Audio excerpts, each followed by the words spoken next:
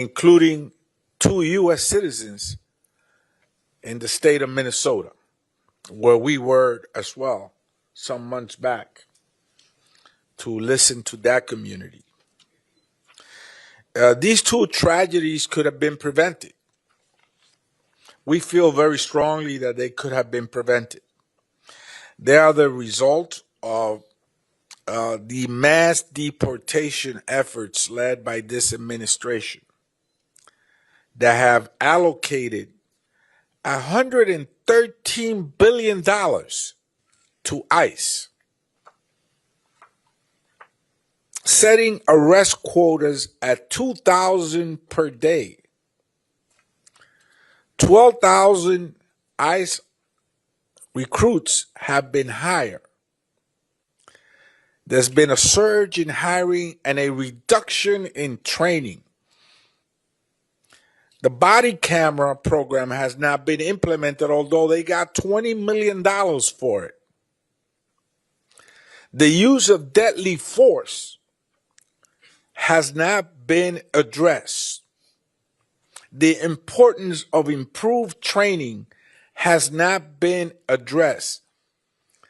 The critical importance of mental fitness of these agents has also not been addressed. So this is a perfect storm that unfortunately has led to the killing of people across the country. So we're here to support the family and to listen to the community. We've invited ICE and they refuse. We've invited DHS and they refuse. We invited the FBI and they refuse. Authorities have refused to come forward. And so we are here to hold them accountable. And so I want to thank all of you for being here. Congresswoman Sylvia Garcia has been a strong voice for immigration reform. She has placed on the floor a discharge petition for the Dream and Promise Act. I will soon be considering also a dissimilar action for body cameras. And of course, there is an ongoing discussion, a broader discussion about immigration reform in general that we must address. And so the Hispanic Caucus, the Congressional Hispanic Caucus, has been active in cases like this. We have been in the courtroom where we were successful in gaining access to the detention centers at Dilley, at Delaney, at Delanto, at several detention centers across the country. We were also in the courtroom preventing the IRS from sharing confidential taxpayer ITIN information with ICE, and we stopped the airlines from selling passenger information to law enforcement agencies. Not sharing, selling. And so we have been active in the courtroom. We have been active legislatively, and of course we're here on the field addressing a crisis like this one. Thank you again, Ronaldo and Lorenzo, for sitting at this table while you're still grieving. Yo sé que ustedes todavía están muy afectados por esta tragedia y por eso estamos aquí con ustedes. Thank you, District Attorney Teare, for your leadership. Council Member Martinez, of course, Mr. Proaño, Father, also Father DeGeorge, and Ms. Cabrera. Thank you all for being here with us today as we begin this field hearing. And I yield back to our distinguished ranking member of Homeland Security, Congressmember Bennie Thompson. Thank you, Chairman Espaillat and the Congressional Hispanic Caucus for helping me organize this important oversight forum today. Thank you also to Sylvia Garcia for hosting us here in Houston. Your leadership helps ensure that communities are heard by Congress and that the Trump administration and the Department of Homeland Security are held accountable. We are here today to address the tragic killing of Lorenzo Araujo, who was shot by ICE agents on July 7th, 2026.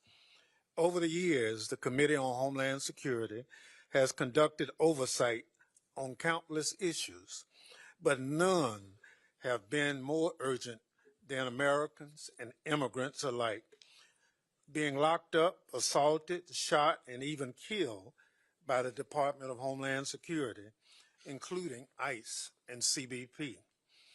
It pains me that the friends and family members of Lorenzo are not the only ones who have suffered this tragedy at the hands of DHS. Preceding Lorenzo's death, Ruben Ray Martinez, Miramar Martinez, Renee Good, and Alex Preddy were also shot in cold blood. Countless others have been beaten, harassed, and detained without cause. What we have seen time and time again following these deaths is a pattern of obfuscation and misinformation by DHS. The facts before us today in Lorenzo's killing follows this deeply disturbing pattern. Despite the lack of body-worn cameras footage, ICE rushed to claim self-defense, but that narrative has been contradicted by others in the van. We also know that these same witnesses have been detained by ICE and pressured to self-deport. That's the obstruction, and it's the incompatible with a creditable investigation. ICE also initially claimed that Lorenzo was a target of an immigration operation, but hours later conceded that he was not the person ICE intended to arrest. Harris County District Attorney Sean Teare, who is here with us today, says federal authorities have refused to cooperate with his office. ICE has cut off access to surveillance footage, vehicle logs, operation data, and even refused to turn over basic information on the incident. ICE cannot stonewall local law enforcement. We will not tolerate such secrecy when a community demands truth. Sadly, less than a week after Lorenzo's death, ICE fatally shot another man, and a father to a 3-year-old child from Maine. The victim of this shooting was also not the intended target. Again, there was no body-worn camera footage. And again, DHS claimed that the shooting victim had endangered public safety. In other words, ICE followed its usual playbook in the wake of a shooting by one of its officers. The lack of body-worn cameras footage is unacceptable and has been a hallmark of these operations. DHS blames the lack of cameras on government shutdowns, but even months after DHS pledged to rapidly deploy the technology, they are still not in use. And to no one's surprise, the Trump administration has no interest in reforms that will save lives. In response to these two most recent killings, ICE quietly instructed officers to cease most of the vehicle stops, a tactic admission that the tactic had been out of control. Yet, within a day, President Trump publicly reversed the pause in a social media post ordering that traffic stops continue. This is no way to manage law enforcement operations. It will only lead to more tragedies. Today's forum is about putting facts on the record, cutting through the misinformation, and demanding accountability. Accountability means evidence. We demand DHS cooperate with local law enforcement agencies by sharing all the evidence in its possession on these shootings. Accountability means reform. Body-worn cameras must be in active use by every ICE agent. Witnesses must be protected against deportation. ICE must submit to independent and transparent investigations following any use of deadly force. To Representative Espaillat, the CHC, our witnesses, and the Houston community, thank you for your courage and commitment to this most sacred work. Today, we honor Lorenzo's memory as well as the other victims of ICE violence by demanding truth, accountability, and reform.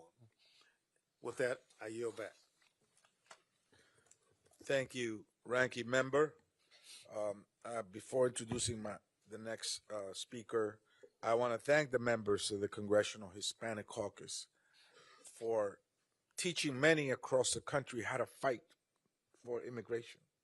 We saw how Congressman Joaquin Castro went to Delhi to rescue young children there.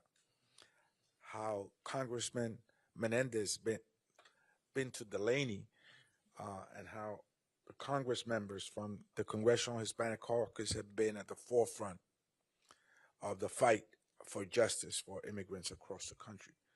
And I yield now to, of course, your representative here in Texas in the 29th District and the whip of the Congressional Hispanic Caucus, Congresswoman Sylvia Garcia. Thank you, Mr. Chairman, and thank you to the ranking member and to all my colleagues who are joining us here today. I especially also want to thank the witnesses who have agreed to testify and all the members of the public who have taken the time to be here. This hearing is about accountability. It's about transparency and ensuring that the responsibility that we have to uphold the Constitution is carried out and that federal government exercises its authority under that Constitution. It is my honor to represent the 29th Congressional District in Washington.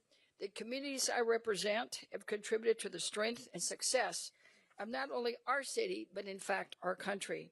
There are communities built on family, faith, hard work, and there are communities that believe in opportunity, where neighbors look one after each other, who believe that every American deserves a free, safe space to pursue the American dream. For months, I've heard from people in my community who are scared. Parents are afraid to drive their children to school. Workers are afraid to go to work. Seniors are afraid to go to church, buy groceries, and go to even doctor's appointments.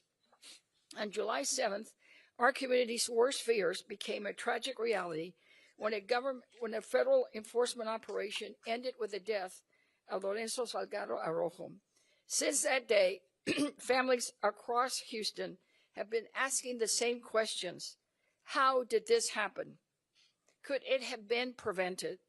And who will be held accountable? Houston is one of the most diverse cities in America.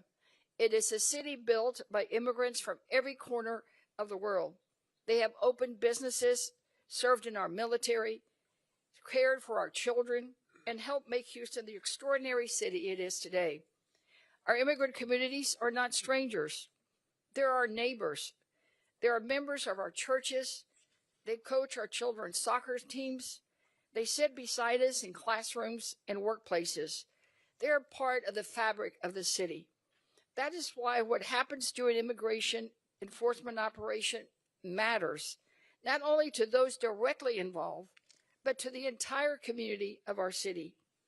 It matters whether constitutional rights are respected. It matters whether families are treated with dignity and respect. And it matters when the public has confidence that these extraordinary powers are being exercised fairly, professionally, and lawfully. Congress has a constitutional duty to conduct oversight. Oversight is not about politics. It's about accountability. It's about making sure that agencies entrusted with enormous authority are using that authority wisely and responsibly. Some of the questions we want to answer to today will not get answers because it's already been stated. No representative ICE or Department of Homeland Security agreed to participate. Mr. Chairman, at this time, I'd like to introduce copies of letters that we have sent to ICE, Homeland Security, and all of them to seek an accountability. They have refused to answer any of these letters. Those are 6 letters. 2 were sent to them by our local Democratic delegation. 1 was sent from the CHC, 2 from oversight committees, 1 from the Homeland Security Committee, 1 for the Democratic Caucus with 180 signatures. That's probably a record.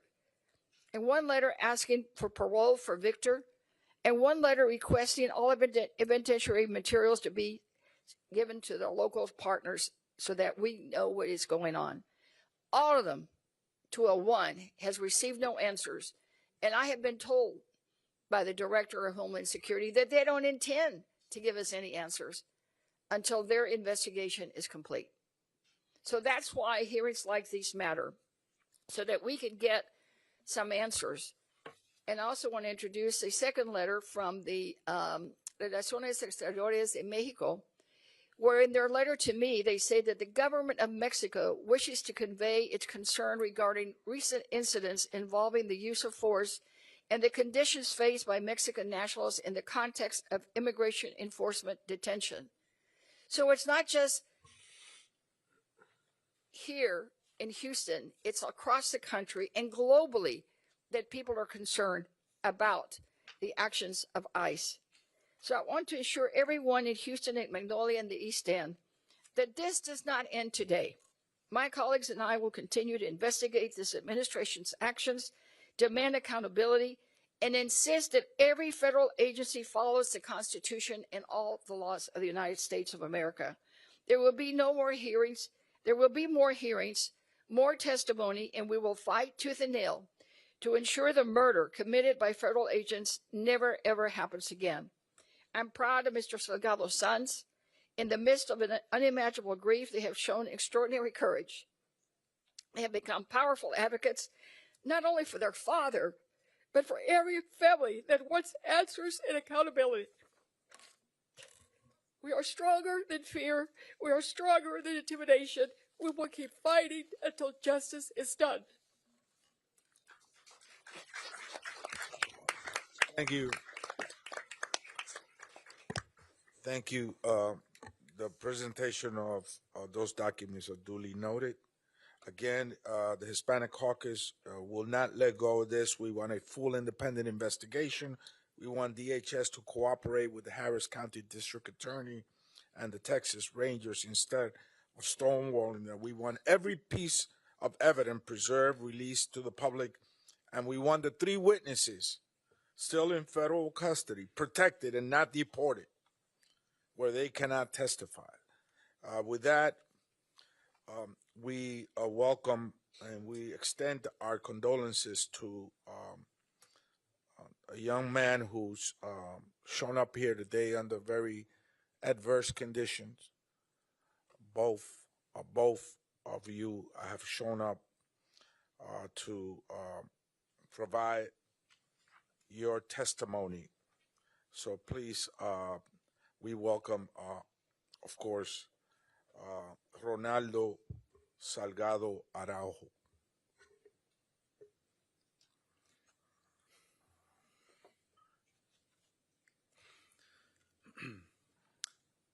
Good morning. My name is Ronaldo Salgado. And I am Lorenzo Salgado Jr. We are 2 of Lorenzo Salgado Araujo's sons. Thank you for the opportunity to speak with you today. Thank you to the others who are here testifying, and thank you to the community members who have joined us in grieving. Whether you knew our father or saw yourself and your loved ones in him, your support has carried us through the hardest 2 weeks of our lives. Our father was a humble, hard-working family man. He didn't need anybody to know his name. He worked hard to protect and provide for our family, to put me and my siblings through college. He taught us that good things come to those that work hard. Our father was also a man of many routines. His last day started like so many days during his 35 years in this country, a country that he loved. He and my mom woke up before the sun. She cooked him a big meal to carry him through the day.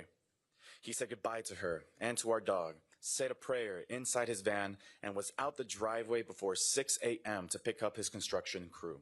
Men he'd worked alongside for years, family men who took great pride in their craft to provide for their own families. One of these men was our dear uncle, Victor Hugo. At about 7 a.m., our mom called to tell us our dad was in trouble. We suspected it involved ICE. As a family, we talked more than once about what would happen if our dad encountered ICE officers. We dreaded the call, but we were prepared.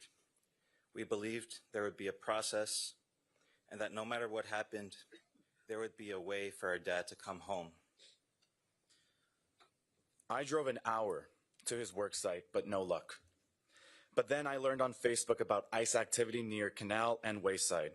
I never imagined it was him.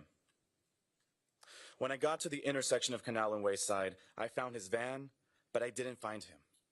I stayed for hours asking anyone, law enforcement, neighbors. I even asked a homeowner if I could climb on her roof to see if I can see something. I learned again from a Facebook post that our dad had been shot. Not because I could see him, but because I could hear his voice on videos posted online crying for help. Hours after the video was posted, I finally had learned that my dad had been taken to Bentop Hospital, but with no signs of his condition. I waited there for hours until Congresswoman Sylvia Garcia stepped in and demanded answers. Finally, it was confirmed. My dad, Lorenzo Salgado Araujo, age 52, had died from his injuries. Over the past 2 weeks, we've had to grieve our father too soon and without straight answers. DHS first said ICE targeted our father, then admitted he was never their intended target at all. DHS also said he weaponized his vehicle, a claim the 3 men who were in the van with him have directly disputed, and one that the surveillance footage made public so far does not appear to show. None of the agents involved were wearing body cameras, so we'll never have that perspective. Now they're saying there may have been drugs in the vehicle, which anyone who knew our father would tell you is absurd. He did not use drugs.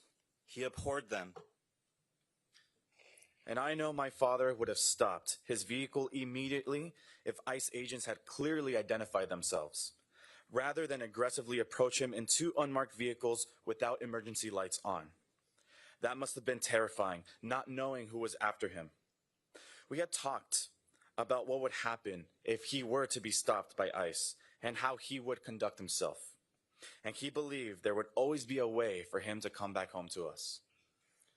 We are not the only family living this Kafkaesque nightmare. Shortly after our father was killed, a 3-year-old girl in Biddeford, Maine, watched federal agents shoot and kill her father, Juan Sebastián Durán Guerrero. He too was later confirmed not to be their target. Queremos que su familia sepa, compartimos su dolor. Nadie debería enterrar un padre o un ser querido de esta manera. Our father deserves justice. Today, we are asking that you use your authority as members of Congress to help ensure that he gets it. I want to first highlight one of the members of Congress here today, Congresswoman Sylvia Garcia.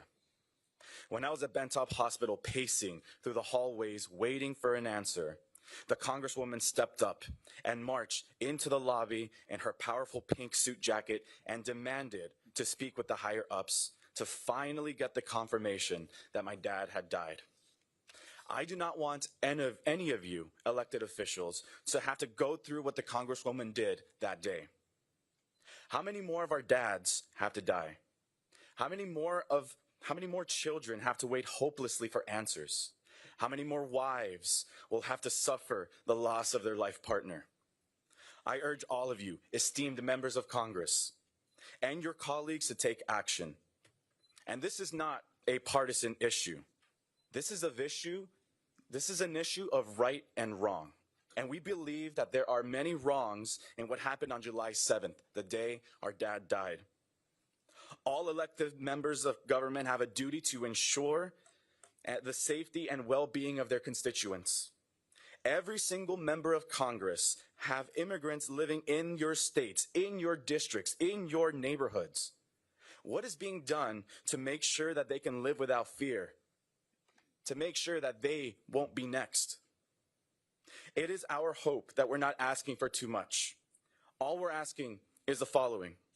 First, there must be a thorough, truly independent investigation, not one where the agency under investigation also controls the evidence and is able to unilaterally clear its own personnel of any wrongdoing.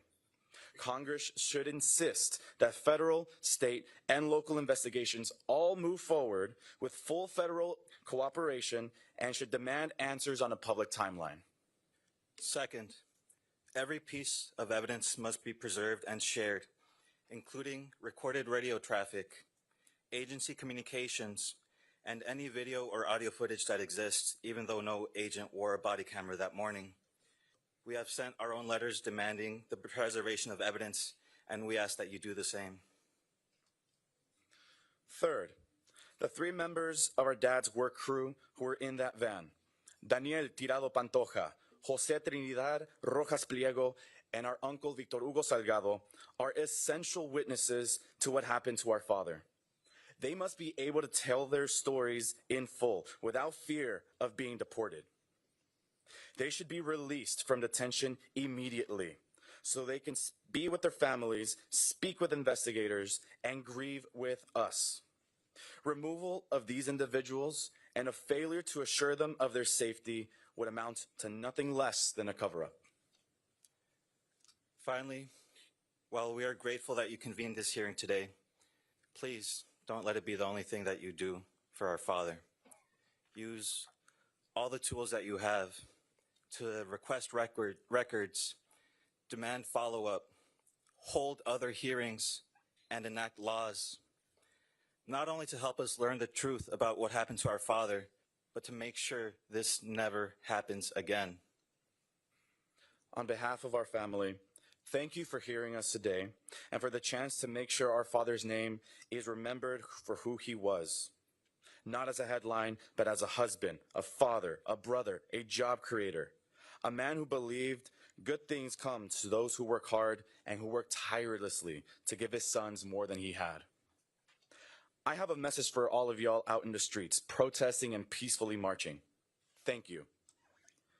We have some requests for y'all. First, be loud in calling for justice for our dad, Lorenzo Salgado, justicia para Juan y justicia para todos. Second, stay hydrated. Third, and most importantly, make sure that you do everything in your power to get home to your families at the end of the day. We thank you for meeting this moment with the integrity, the respect, the attention it deserves. And lastly, if you'll lend me 2 more minutes of your time, I want you to seriously try to put yourselves in my and Ronnie's shoes. I know it sounds impossible, but really, I ask everyone listening or watching to close your eyes and really try. I want you in your mind to think of a loved one, your brother, your father, your cousin, a beloved coworker. Picture their face and silently say their first and last name.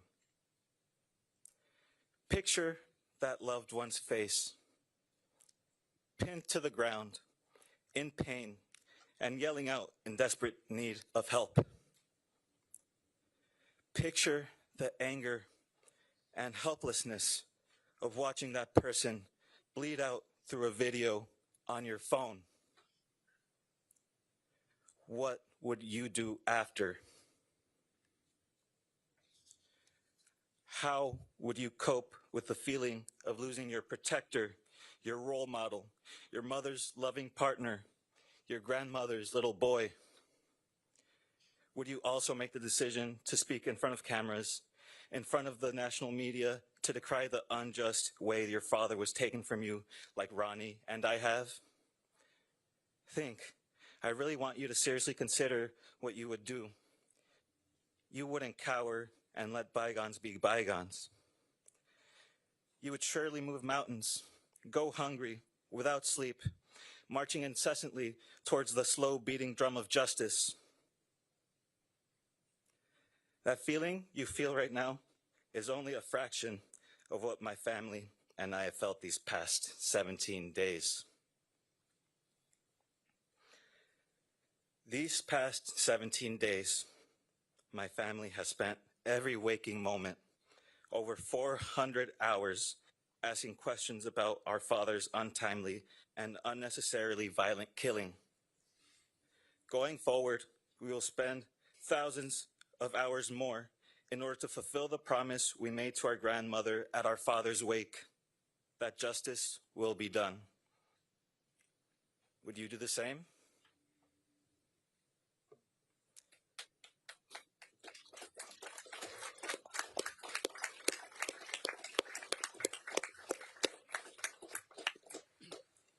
We thank you for your efforts to make sure Lorenzo Salgado Araujo gets the justice he deserves. Thank you. We thank you both for your testimony, and I can assure you that I can speak for the Committee of Homeland Security, our ranking member and the chair of the Hispanic Caucus, and all of us here, and the 180 who signed that letter, that we are with you, we hear you, and we too will not stop until justice is done. So you tell your abuelita that, okay? So next we have our witness, Sean Teare, who is our Harris County District Attorney. Sean was elected in 2024. Before taking office, he spent more than 11 years as a prosecutor in the Harris County District Attorney's Office, including 6 years as chief of the Vehicular Crimes Division. As DA, he has emphasized balancing public safety with fairness, supporting crime victims, and ensuring accountability within the criminal justice system. DA Teare is a fierce ally in the fight for justice, and we thank you for being here today, and you can begin your testimony. You have 5 minutes. Chairman Espaillat, Ranking Member Thompson, Representative Garcia, thank you for the opportunity to testify today. And thank you for bringing the vital oversight work of Congress right here to Houston. My name is Sean Teare. In 2024, I was elected by the people of Harris County to serve as district attorney. I'm the chief law enforcement officer for the third largest county in the United States, a county I'm proud to call home, defined by its diversity, resilience, grit, and courage in the face of any challenge. Today, our whole community is hurting. We're hurting because on July 7th, Lorenzo Salgado, by all accounts, a committed husband, father, and true Houstonian for more than 3 decades, was killed on his way to his construction job during an encounter with federal immigration officers. As someone who spent my career fighting for justice, I know there must be a transparent, independent investigation into what happened that day. That means we pursue the truth with courage, free of bias, free of prejudice, without the outcome already decided. We must look at every piece of evidence, talk to every witness, collect and examine every video. We must follow the evidence wherever it may lead. While I'm here today to answer questions, I will not be releasing details about the investigation to protect the integrity of our case. Make no mistake, I want to be as transparent with the public as possible, but my first and non-negotiable duty is to protect this case. On July 8th, I ordered the prosecutors and investigators in our Civil Rights Division to open an investigation into what happened to Lorenzo. Since then, for the last 14 plus days, this team has spent every single day in the East End, collecting evidence and interviewing witnesses. Understand that this parallel independent investigation by the Harris County DA's office is not unique. It's been the standard practice for decades. When a civilian is killed by an on-duty member of law enforcement, we investigate. In fact, law enforcement routinely invites the DA's office to the scene so we can immediately begin our own independent investigation. We owe it to the officers who put their lives on the line to protect our community. We owe it to the grieving families deserving of a thorough by-the-book review. When misuse of authority is uncovered, we will pursue that accountability through the law. What was unique on July 7th was that an invitation to the scene never occurred. I want to be clear, that was not okay. It can never be the case that a life is taken by a law enforcement officer and a proper independent investigation doesn't immediately begin. In most instances, our independent investigation determines that proper procedures and laws were followed. Confidence in the criminal justice system demands that this independent investigation occurs. However, as I'll mention later, the tactics being used by ICE are threatening public safety overall. Again, since this is now an ongoing investigation, I won't discuss what we know or what we don't know. I can't provide information about potential charges or potential targets, and I'm not going to speculate on the timeline for our investigation. Doing so is premature and would jeopardize the integrity of the entire investigation. But here's what I can say. First, this investigation is moving rapidly. We don't have all the pieces, but we are making significant progress. Thanks to the public, we've received information that's helping to shape this investigation, which is also partly why I'm here today. I continue to urge anyone, particularly witnesses and neighbors from the East End, to come forward if you haven't already. You can trust my team. Our only goal is to get to the truth.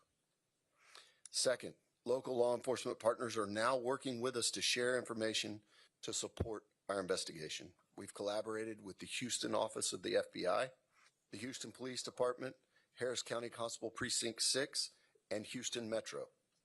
And I especially appreciate the support of the Department of Public Safety, Texas Rangers, who are working alongside our team of prosecutors and investigators to ensure a thorough investigation.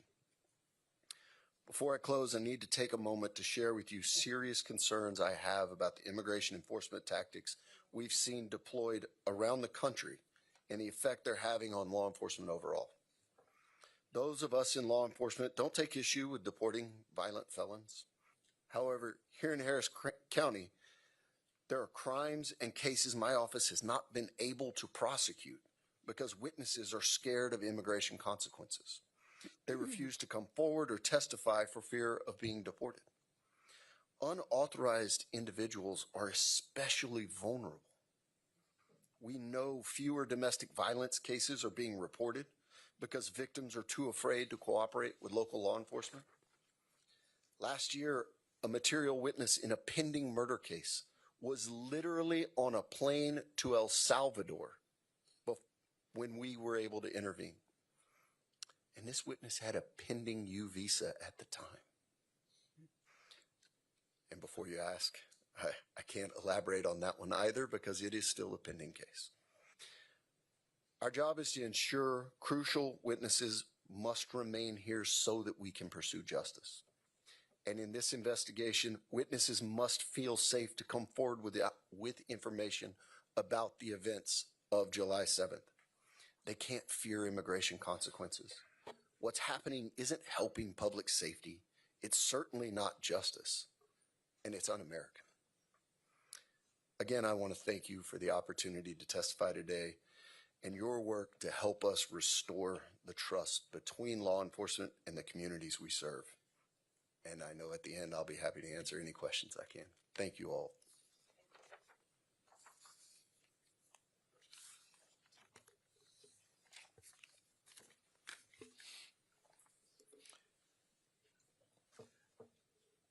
Thank you very much for your testimony. I'd like to now introduce Council Member Joaquin Martinez, who's a member of the City Council representing District I.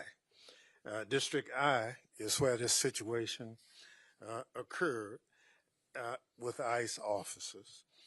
Councilmember Martinez has been at the forefront of advocating for transparency, accountability, and independent investigations into this untimely death. A lifelong East End resident and dedicated public servant, he spent over a decade strengthening the community around him. Mr. Martinez. Honorable Chairman Espaillat, Ranking Member Thompson, Congresswoman Garcia, and members of Congress and distinguished guests, thank you for inviting me today to testify. My name is Joaquin Martinez, and I proudly serve on Houston City Council representing District I, where more than 75% of my constituents are Hispanic. But long before I was elected to public office, I was simply a kid growing up in Houston's East End. I am a son of immigrants and one of 12 children. My father worked tirelessly to provide for our family, teaching us that there is dignity in hard work, personal responsibility, and keeping your word. My mother dedicated her life not only to raising 12 children, but ensuring that neighborhood kids, friends, and anyone who needed help, a helping hand, always felt welcome, supported, and cared for. Service wasn't something my parents talked about. It was simply a way of life. They taught us that success isn't measured only by what you achieve, but by how you serve others and strengthen your community. Those lessons shaped who I am. They are why I chose public service, and they are why this issue is deeply personal to me. Houston is one of the most diverse cities in America. Our immigrant communities are not separate from our success. They are essential to it. They power our economy, raise families, build businesses, and strengthen our neighborhoods every single day. That is why the death of Lorenzo Salgado Araujo has shaken our city so deeply. Lorenzo was not a political talking point. He was a husband, a father, a son, a neighbor, a working man who should have returned home to his family. Instead, his loved ones received the worst news imaginable. No matter where someone stands on immigration policy, every American should agree on this. When the government takes a life, it has an obligation to explain why. That obligation has not been met yet. Since his death, I have walked the neighborhood where this tragedy occurred alongside my team, connecting with residents with mental health resources, speaking directly with families. I heard from citizens, lawful permanent residents, mixed status families, and longtime Houstonians alike. Families where parents, children, siblings, or neighbors may have different immigration circumstances, but share the same homes, workplaces, schools, and communities. Parents questioned whether loved ones would return home from work. Children wondered whether their families were safe. Trust in government has been damaged, and that has consequences on every city in America. When people are afraid to report crimes, seek services, cooperate with public institutions, entire communities become less safe. This tragedy is bigger than one incident. It has exposed the human cost of a broken immigration system and reminded us that the consequences of federal policies are felt first in our cities and our neighborhoods. Across political spectrum, elected officials and community leaders have raised legitimate concerns about the use of unmarked vehicles, masked agents, and enforcement tactics that create fear and confusion in the communities that we serve. These concerns are not limited to one political party. They reflect a broader recognition that government operations must be carried out in a manner that is transparent, professional, and consistent with the values of a nation built on the rule of law. As a local leader, I will continue to use my voice to support the community and the family, provide resources, and advocate for accountability. But solutions required to address these challenges cannot be achieved solely at the city level. The work must happen here in Congress. It must happen in our state capitals, and it is time for elected leaders at every level of government to confront the realities that our immigration system is broken. We cannot fix a broken federal immigration system from City Hall. That responsibility belongs to Congress. This is not a Republican problem or a Democrat problem. It's an American problem that Congress, under administrations majorities from both parties, has failed to solve for decades. Congress must conduct meaningful oversight of this incident, demand transparency and accountability, examine enforcement practices, and finally deliver comprehensive immigration reform that protects public safety, respects the rule of law, safeguards our constitutional rights, and reflects the dignity of every person. No family should lose a loved one because of preventable failures. No community should be left without answers, and no city should be continue carrying the consequences of Washington's inability to act. The Salgado family deserves justice, the people of Houston deserve accountability, and the American people deserve an immigration system that is effective, transparent, humane, and worthy of the public's trust. I want to thank you all for the opportunity to testify today. Thank you very much. Thank you very much for your testimony.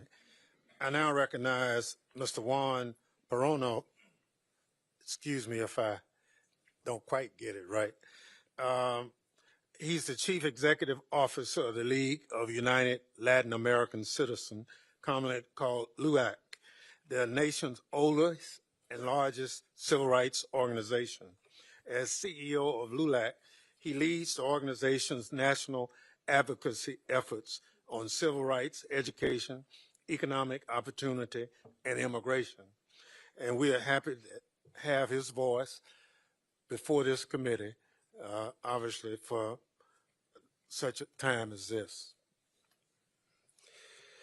Chairman Espaillat, Ranking Member Thompson, Representative Garcia, and distinguished members of the committee and of the Congressional Hispanic Caucus, thank you for bringing Congress to Houston, to the community where Lorenzo Salgado Araujo lived, worked, and died.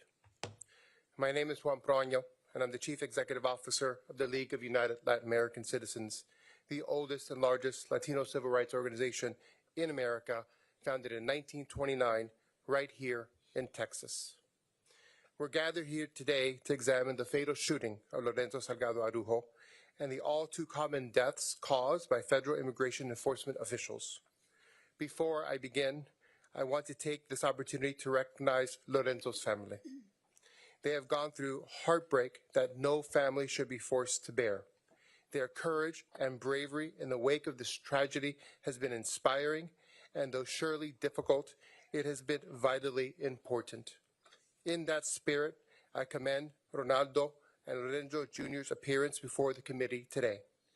And on behalf of LULAC, I want to express my deepest condolences and also tell them and everyone on this committee and in this country, Lorenzo's name and life will not be forgotten. He is and will remain an inspiration. Sadly, this killing is part of a broader trend. Federal immigration agents have repeatedly shot and killed United States citizens during civilian encounters, and dozens more. Citizens and immigrants alike have died in federal immigration custody. This calamity cannot continue, and it is with Congress's power to stop it from happening. Members of this committee, it could have been me. It could have been my father, my brother, my uncle. It could have been anyone gathered here today. In the 18 months since the second administration began, at least 8 people have been killed and dozens more shots in encounters with federal immigration agents.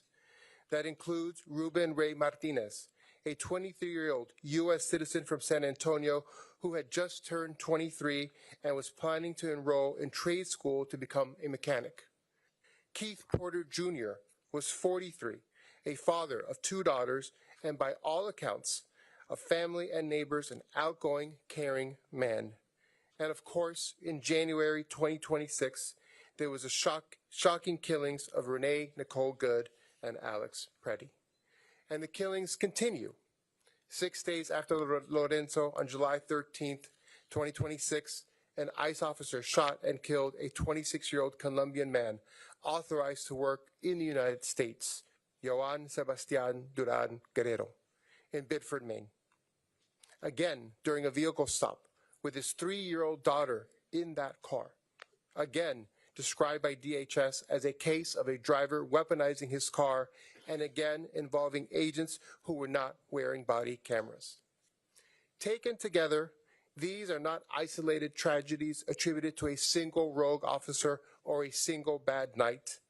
Public reporting has documented at least 30 separate incidents since mid-2025 in which federal immigration agents fired at people, killing at least 8 and injuring at least 14, and at least 46 additional incidents in which agents held bystanders, protesters, and others at gunpoint under questionable circumstances.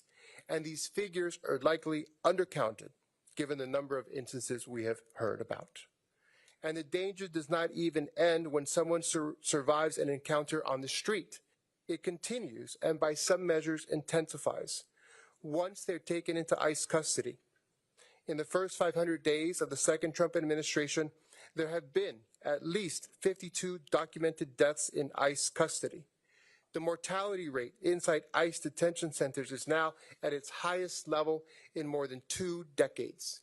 Nearly 4 times the rate under the prior administration, and more than 2.5 times the rate during this administration's first term. These increasingly dangerous conditions with record numbers of detention are increasingly hidden from public view. Last month, ICE ended a policy that required it to notify Congress and investigate the deaths of detainees who died within 30 days of release from custody. Precisely the population most likely to have died from conditions that began while they were detained.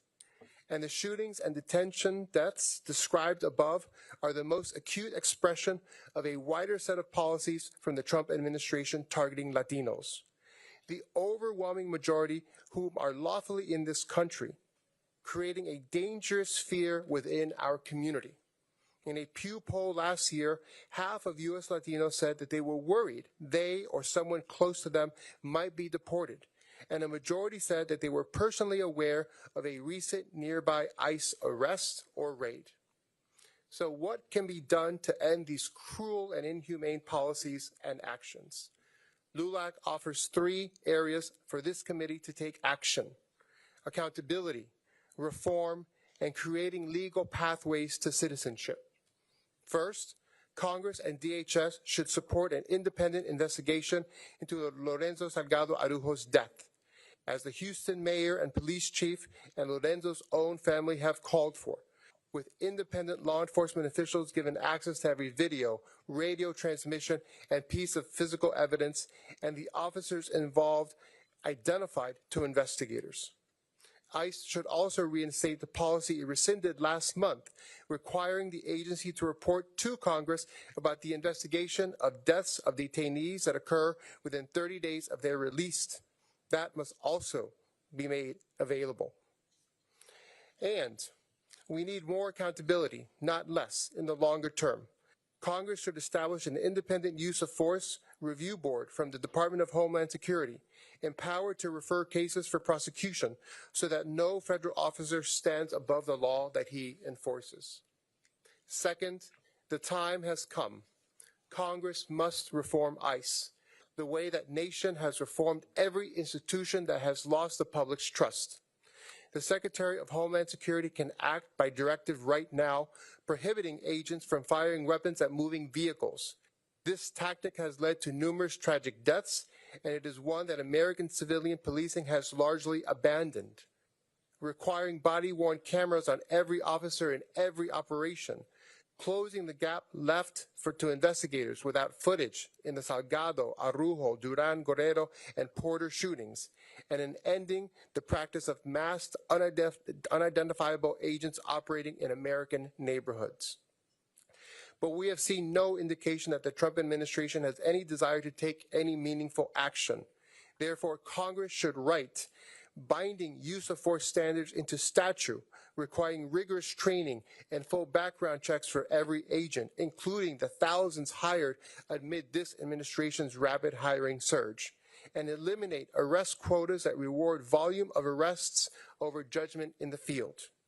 Finally, it is time for both parties to come together to legislate enduring legal pathways to citizenship.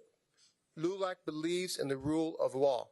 We agree that America must have a secure and orderly border that responsibly and humanely manages unlawful entry. But a policy of enforcement alone has failed for 40 years under administrations of both parties. A man like Lorenzo Salgado Araujo, who had for 35 years worked, paid taxes, and created jobs in this state, in Texas, with a pending permit application, should have had a line to stand in. So Congress must build one, earned legalization for long-term residents, dreamers, farm workers, and essential workers paired with a modernized legal immigration system that matches the American economy Latino workers and business owners already anchor. In fact, this has been done before with support from both parties.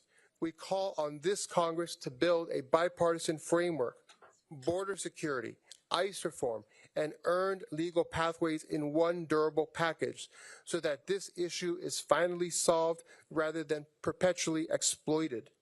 Together, we must take on this vital and necessary in work in honor of Lorenzo, Ruben, Keith, Renee, Alex, Johan, and the countless others who should be alive today. Each of these individuals built something, a business, a career, caring for veterans, a family, a future that contributed to their communities and to our country. We must act now so that no one else's life is put in danger because of the way they look, and no other family has to mourn the needless death of a loved one. It is within our power to do so. Thank you.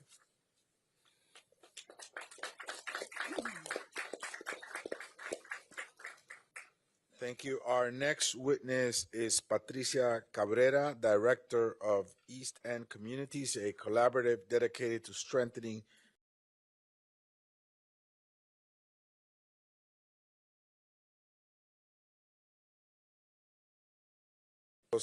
advance housing stability, public safety, health equity, and civic engagement. Ms. Cabrera joins us today to share the community's perspective on the impact of this tragedy and the importance of trust, accountability, and public safety. Ms. Cabrera. Good afternoon, members of the caucus and committee. My name is Patricia Cabrera. I've worked in Houston's East End for many years, but for the past 7 years, I've been centered in the beautiful and historic neighborhood of Magnolia Park. To understand the depth of the trauma our community experienced with the death of Mr. Lorenzo Salgado Araujo, you must first understand Magnolia Park. Magnolia Park is home to nearly 15,000 residents. 89% are Hispanic, mostly of Mexican origin, and 44% are foreign-born. Local research tells us 1 in 4 residents is undocumented or lives in a mixed-status household. It's easy to understand, then, why newly arrived immigrants find safety, belonging, and opportunity in this barrio. Here you can buy groceries and order your pan dulce in Spanish, attend church, seek assistance through trusted community organizations, learn English if needed, and find enriching opportunities for your children. If you choose to work, English is not always required. There has always been work, and there will always be opportunity. Mr. Salgado Araujo's story felt painfully familiar to me. Just recently, I translated for a family working with volunteer attorneys who were preparing powers of attorney for parents at risk of deportation. Like Mr. Salgado Araujo, they had lived in this country for nearly 30 years. Their 6 children are U.S. citizens. They own a home, operate a small business, employ others, and have built their lives here. Their oldest son, only 24 years old, was given power of attorney to become head of the household in the event both parents were taken away. Then I heard of another family with a nearly identical story, but this father has already been detained by ICE. His company vehicles have been confiscated, and his family has already paid $45,000 to an attorney who is requesting another $50,000. These stories made me wonder, what was happening 30 years ago that brought these young men to the United States? I learned that Mexico is experiencing a devastating economic crisis. as the peso lost much of its value. At the same time, the American economy was growing rapidly and desperately needed workers. They came seeking opportunity, and this country benefited from their labor. For 3 decades, these men and women helped build our homes, roads, businesses, and neighborhoods. More importantly, they invested in the future of this country by teaching their children the value of hard work, education, and service. Many were the parents of the dreamers, whose potential was ultimately recognized through bipartisan efforts that allowed them to pursue higher education and careers. Today, many of these children are professionals, business owners, public servants, and taxpayers contributing to the United States.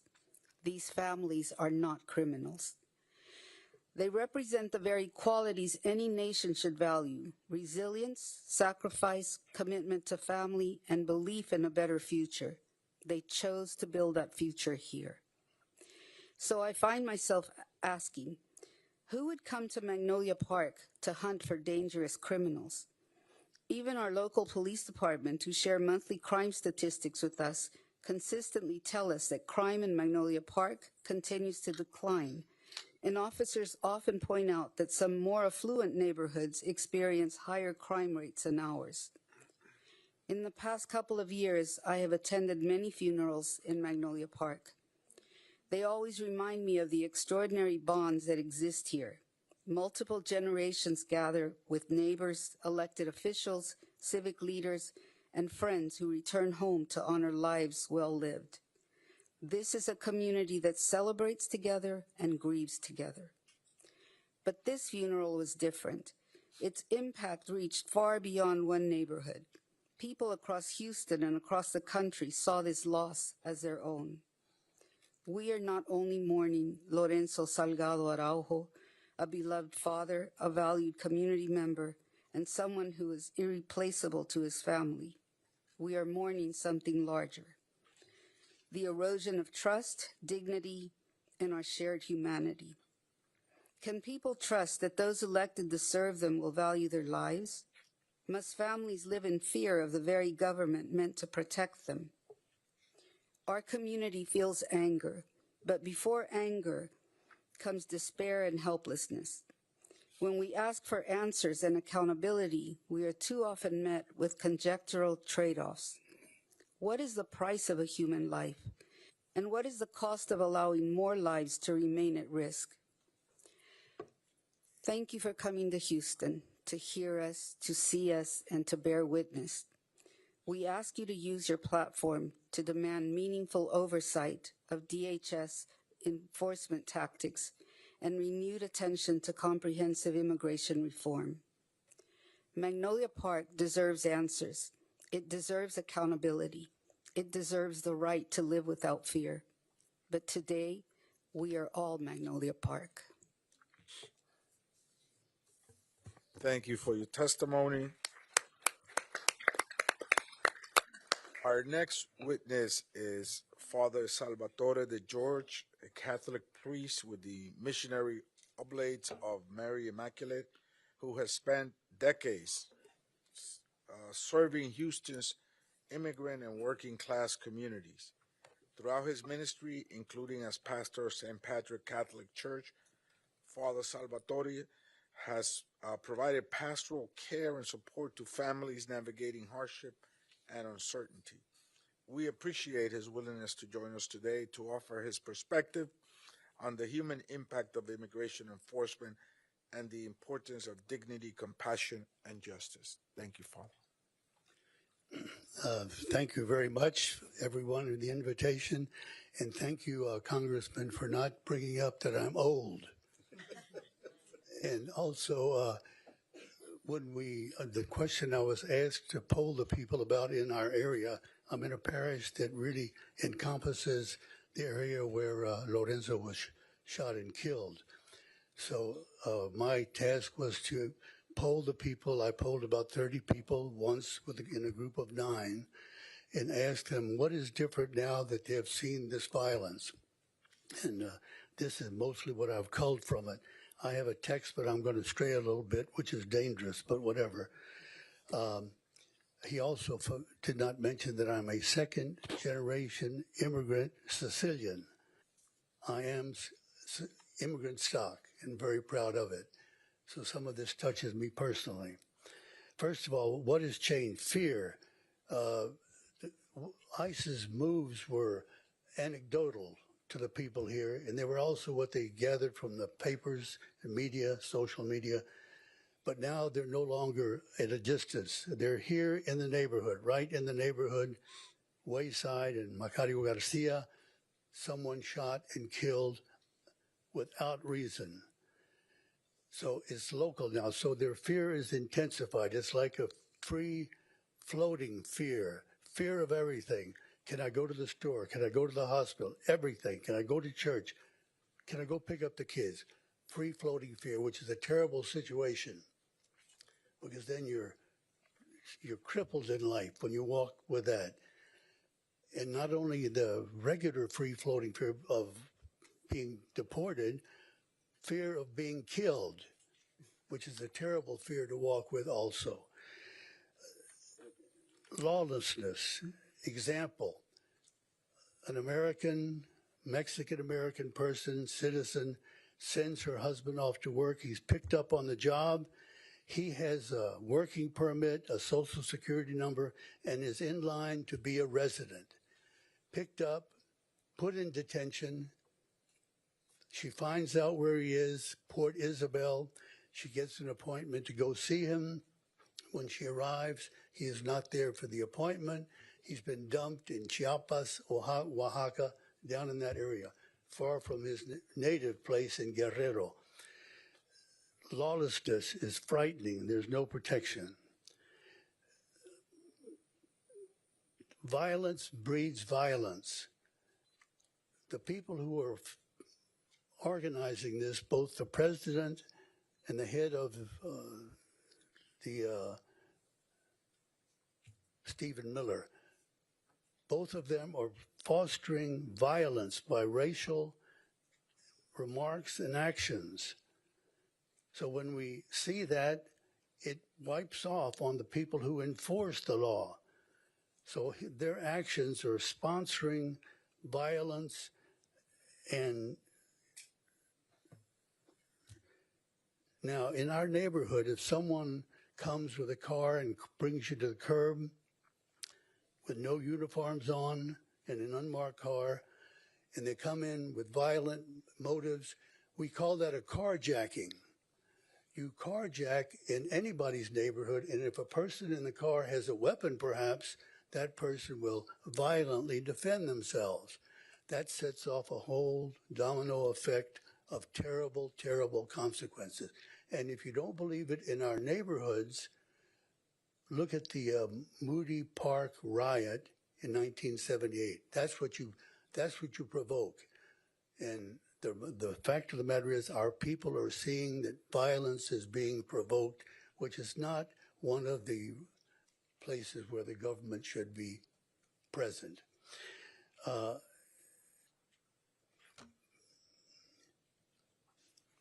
Point in question.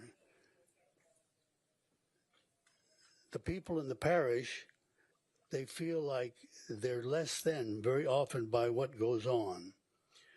They've been told, if you do anything wrong, you will be hunted down. Let's talk about hunting an animal.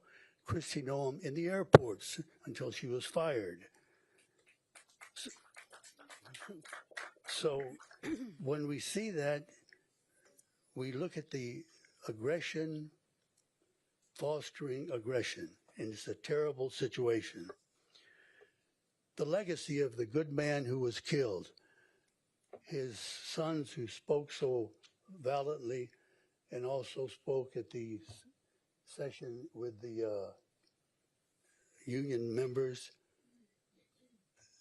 they must be full of terrible grief and rage at what happens. Well, what happens when we find ourselves in terrible grief and rage? We have to find a place to direct that. Your good Mexican-American children and grandchildren. You said your grandmother told you to do something. Isn't that right? Well, get it done. Your dad has left a legacy of a beautiful family and a legacy of homes built in Houston by him and his crew. That's a beautiful legacy. But there's another legacy that we, the groups I spoke with said, we want another legacy for them. And that legacy is the same legacy that was affected when Vanessa Guillen, by her family, who stuck with it, who turned the rage and the terrible, deep sense of loss and guilt, they turned that into what? They turned that into a dogged fight for justice. So much so that the people in the parish said, wouldn't it be great if one of these days we had the name of Lorenzo Salgado Araujo, if we would have his name shining in the stars of heaven like the names of Vanessa Guillen, Sandra Bland, Rosa Parks, and others, that the legacy also be a profound legacy of justice that we can remember and that will make you so proud. The blood of your father would water that beautiful tree of justice, just like the blood of Christians watered the beautiful Christian of your faith. And lastly, the people of the parish, their faith. Surprisingly, their faith is still very strong. They believe in a loving and protective God that walks with them. They believe in the Blessed Mother, whom they have such a profound devotion to. The Blessed Mother who was hunted down, like they have witnessed being hunted down, by Herod to protect her child. Now, their faith is very strong, but one of the little nuances on their faith that I've noticed is they've used evidently an anecdotal thing that our Islamic brothers and sisters quote all the time. They say, see, yes, trust God, but tie up your camel. They're very, very careful to be careful not to get chosen for death or for deportation, but they still have a dogged devotion, and their faith is still in the gracious, loving God who walks with them and the compassionate Mother to whom they are so devoted. Lastly, at one of the rallies, as you work with this work of justice, recall the words that were cited at the last rally that we were at together, the two sons from Plato. Remember that we have to get involved. The price of apathy towards public affairs, says Plato, is to be ruled by evil men. 400 years before Christ. There you have it. Lastly, I'd really like to thank all of the persons here that are sponsoring this. Sometimes I think that perhaps you're working out a different mindset than I am. I think the world has been insane after 87 years, insane. The problem is we don't always realize that the patients have taken over. The patients have taken over. So if you think you're going to deal with that situation in a rational, moral way, they have no moral conscience. They are working out of a cultic, invincible ignorance, and that's difficult to work with. So thank you for your presence, and good luck with what you're trying to do. But if you get the wrong perspective on who you're working with, who knows what that's going to do. Pardon me, I've Thank gone you, over Father. time. Thank you so much. I would appeal to my colleagues the nearly impossible task of trying to get back on time. And I guess it starts with me. My questions go to the district attorney of Harris County. I know that you have stated that there is an ongoing investigation, and as such, you're not privy to share with us certain information, but your office does review every death that occurs during an interaction with law enforcement in Harris County. In nearly many of these cases, you begin with film footage that may be available through either body cameras, surveillance cameras, or bystanders who record these interactions, which is captured under written activation policies held to retention schedules, which establish rules about when your prosecutors get access to it. In this case, you have none of that. The ICE officers were not equipped with the body cameras. The video does not exist. Surveillance footage and bystander recordings sit in federal custody, if there's any. So how does rebuilding this case differ, particularly and procedurally, from every other officer-involved death your office has handled? And what steps will you take to complete this to complete this and still move this case forward? What are the challenges given that reality? Well, Chairman, thank you. I will do my best to keep us on time as well. But we are, quite frankly, the experts in the state at collecting evidence, specifically surveillance and things like that. We have over 100 sworn police officers that work as investigators directly from my office.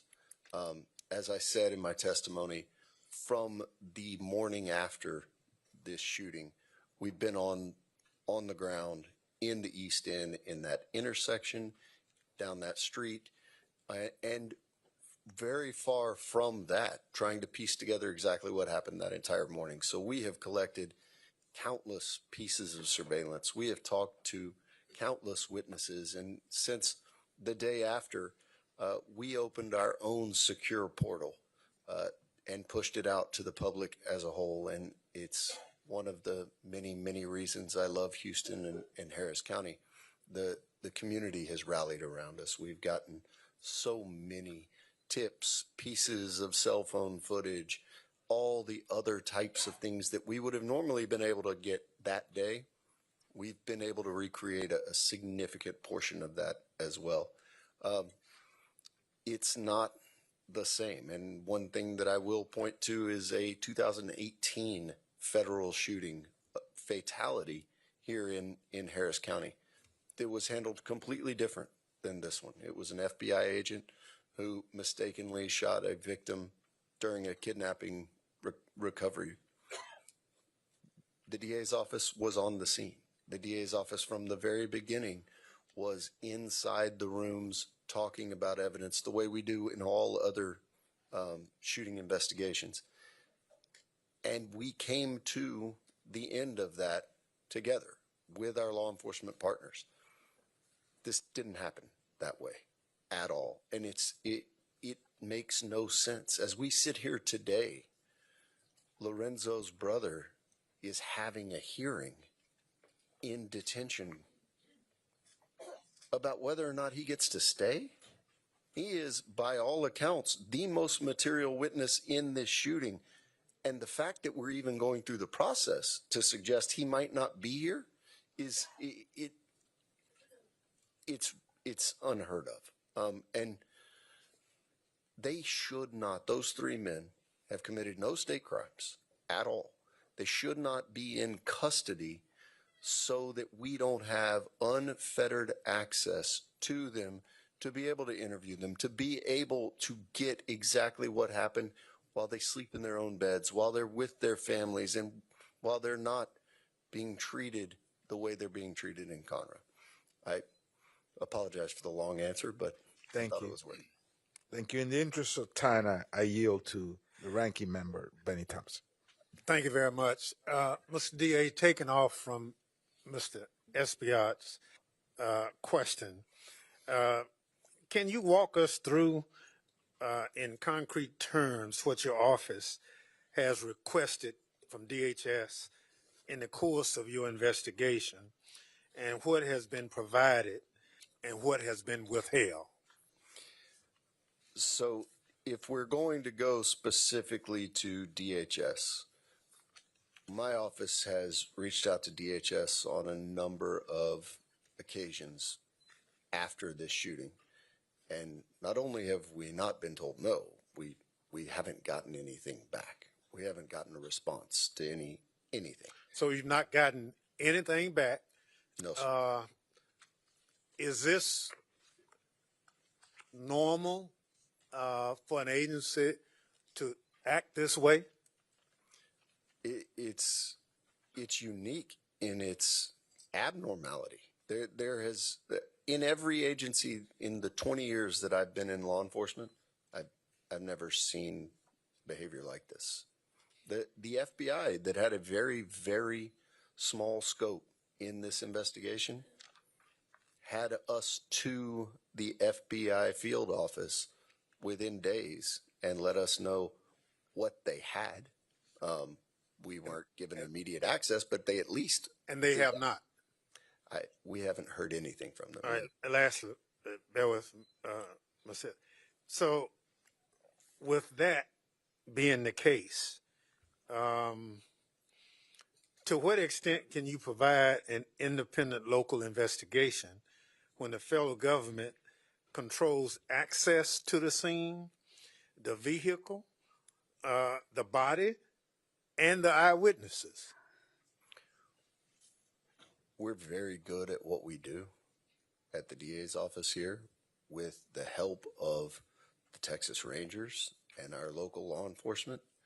I feel very confident in our ability to conduct the investigation that we do in all of these cases to an extent, but we're going to need the help of bodies like this one to compel DHS to give us the evidence that they would give, that all other agencies would give us. So we're going to be able to be as transparent and get justice, but we're going to need help to do it. I yield back. Thank you, Ranking Member. And now we will hear from Congresswoman Sylvia Garcia. Thank you, Chairman, and thank you, Mr. DA, for being here today. I know you and I have visited about this case some, and I just wanted to ask you just point blank, as you continue to do your own investigation, you've responded to Chairman Thompson that you've gotten nothing. Have we even identified the shooter? Congresswoman, I would love to sit here for as long as you guys have questions and answer specifics, but I can tell you definitively that DHS, OIG, and ICE have not divulged the shooter's identity to us. Okay. Do we know, is the shooter and the others involved in the incident, are they on administrative leave, or they're in suspension, or are they still working somewhere else? I can tell you that DHS, OIG, and ICE have not informed us of even whether or not they're still on the streets. So they haven't told us anything. We have been able to identify some pieces of evidence without the official notifications, but they haven't told us anything about that. So they secured the incidents, secure the evidence, they secured the vehicle, and you've been given nothing. Through DHS OIG, that's correct. We've been given nothing. Okay. So you and I are both lawyers. Is it common practice to make public an affidavit, the basis for a search warrant? In the federal system, because I've been a state prosecutor most of my career, but we do have to work hand in hand with federal prosecutors and federal agencies all the time. This is the first time in my career that I've ever seen a search warrant in a criminal case on a federal side unsealed, at least prior to a grand jury presentation of the facts. to unseal it the day it's signed, I've never seen it in my life, 20 years. Well, that's been my experience. So could you even speculate as to why it was unsealed? And why, more importantly, if there was going to be a search done, why did they wait till 8 days later? The timing of the search was not as kind of different for me, having seen a lot of them, because we knew that the van was secure. So there wasn't a time need. The need for a search warrant at all was interesting. There was no one alive that would have had standing to object to a search. The stated goals of the search warrant had nothing to do with this shooting investigation at all. The van was not being alleged to have been stopped based on possession of narcotics. There was no indication that anyone in law enforcement was aware that narcotics potentially were in the car. And what the search warrant didn't contain, it didn't contain language that would have allowed the FBI or anyone to obtain the crash data recorder or the airbag control module, which would have been telling in whether or not the van was weaponized, as it was said. So, yeah, the entire thing really was not something that I would have advised my prosecutors or my law enforcement partners to have done. Well, it's unusual, especially since they described it that it was in plain view, which of course we know it's a term of art. But I just want to be clear. You said alleged drugs, and I want to make sure the public is crystal clear, right, that it's alleged. And Congresswoman, I feel very confident that in short order we're going to get the laboratory results back, and I think it'll be confirmed what the family has said numerous times, because everything that we've discovered about the 4 men in that vehicle, it would be extraordinarily out of character for those to be illicit narcotics of any kind. Right, and the family has conflicted that and said it's something that they use to hydrate. Yeah, when you're working outside in July in Texas, that's needed. Correct. Well, thank you again for all your work that you're doing. And Mr. Chairman, I have a question for Mr. Martinez, if you will indulge me. Just one quick question. Council member, you've been a lifelong resident of the East End. Following this tragic loss, how has it changed the neighborhood? Can you share just maybe one or two little anecdotes in the interest of time, just one or two? Yes. To just so that Congress members here can feel what it does to the heart of a community. Yes, Congresswoman, thank you for the question. Ultimately, it creates fear and distrust. Distrust in creating safe spaces where folks have lived there for generations. It's not making it easy for local law enforcement to provide the safety that we're tasked to do for our residents and citizens of Houston. Thank you. I yield to my colleague from Houston, Congressman Green, and also a member of the Homeland Security Committee. Thank you very much, and I thank the ranking member Thompson for being here today, and Congressman Espaillat. I am privileged to present a document that has been presented to me from the Honorable Johnny Mata, the President and CEO of the Greater Houston Coalition of Justice. It concerns questions that he has that we will insert into the record at an appropriate time. I am deeply saddened by what has happened, and I know why it happened. Mr. Lorenzo Salgado Araujo was a good man, a good family man, a good family Latino man in a white van. He was profiled, and as he was profiled, he was being hunted. Father, you're eminently correct. He was being hunted. He was the prey of the day. He was a part of a quota that had to be met. And as a part of the quota that had to be met, he finds himself in a position such that he is being chased through a Latino neighborhood. Unfortunately, this ended with an extrajudicial execution. He was not given a fair trial. There was no due process. It was an extrajudicial execution. It is a part of a bigger picture that we have failed to embrace properly. The President of the United States of America is engaged in ethnic cleansing. Latinos, wherever you are in the country now, you are considered not just undocumented, but unlawful. You are suspect. But it doesn't end with Latinos as illegals, as they're being called, and I hate that term. I regret it. I don't like using the word hate, but they're not illegals. But it doesn't end with them. It also applies to the Haitians. Haitians have been deported back to a country where gangs are in control.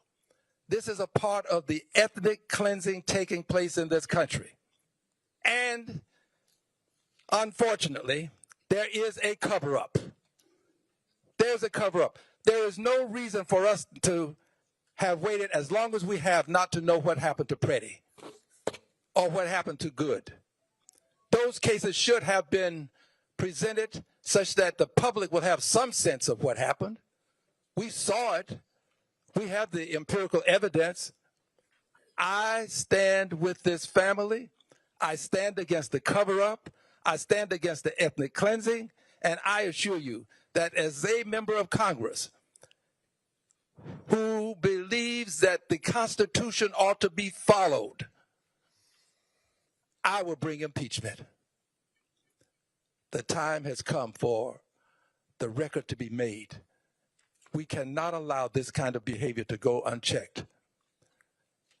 And I want you to know, Mr.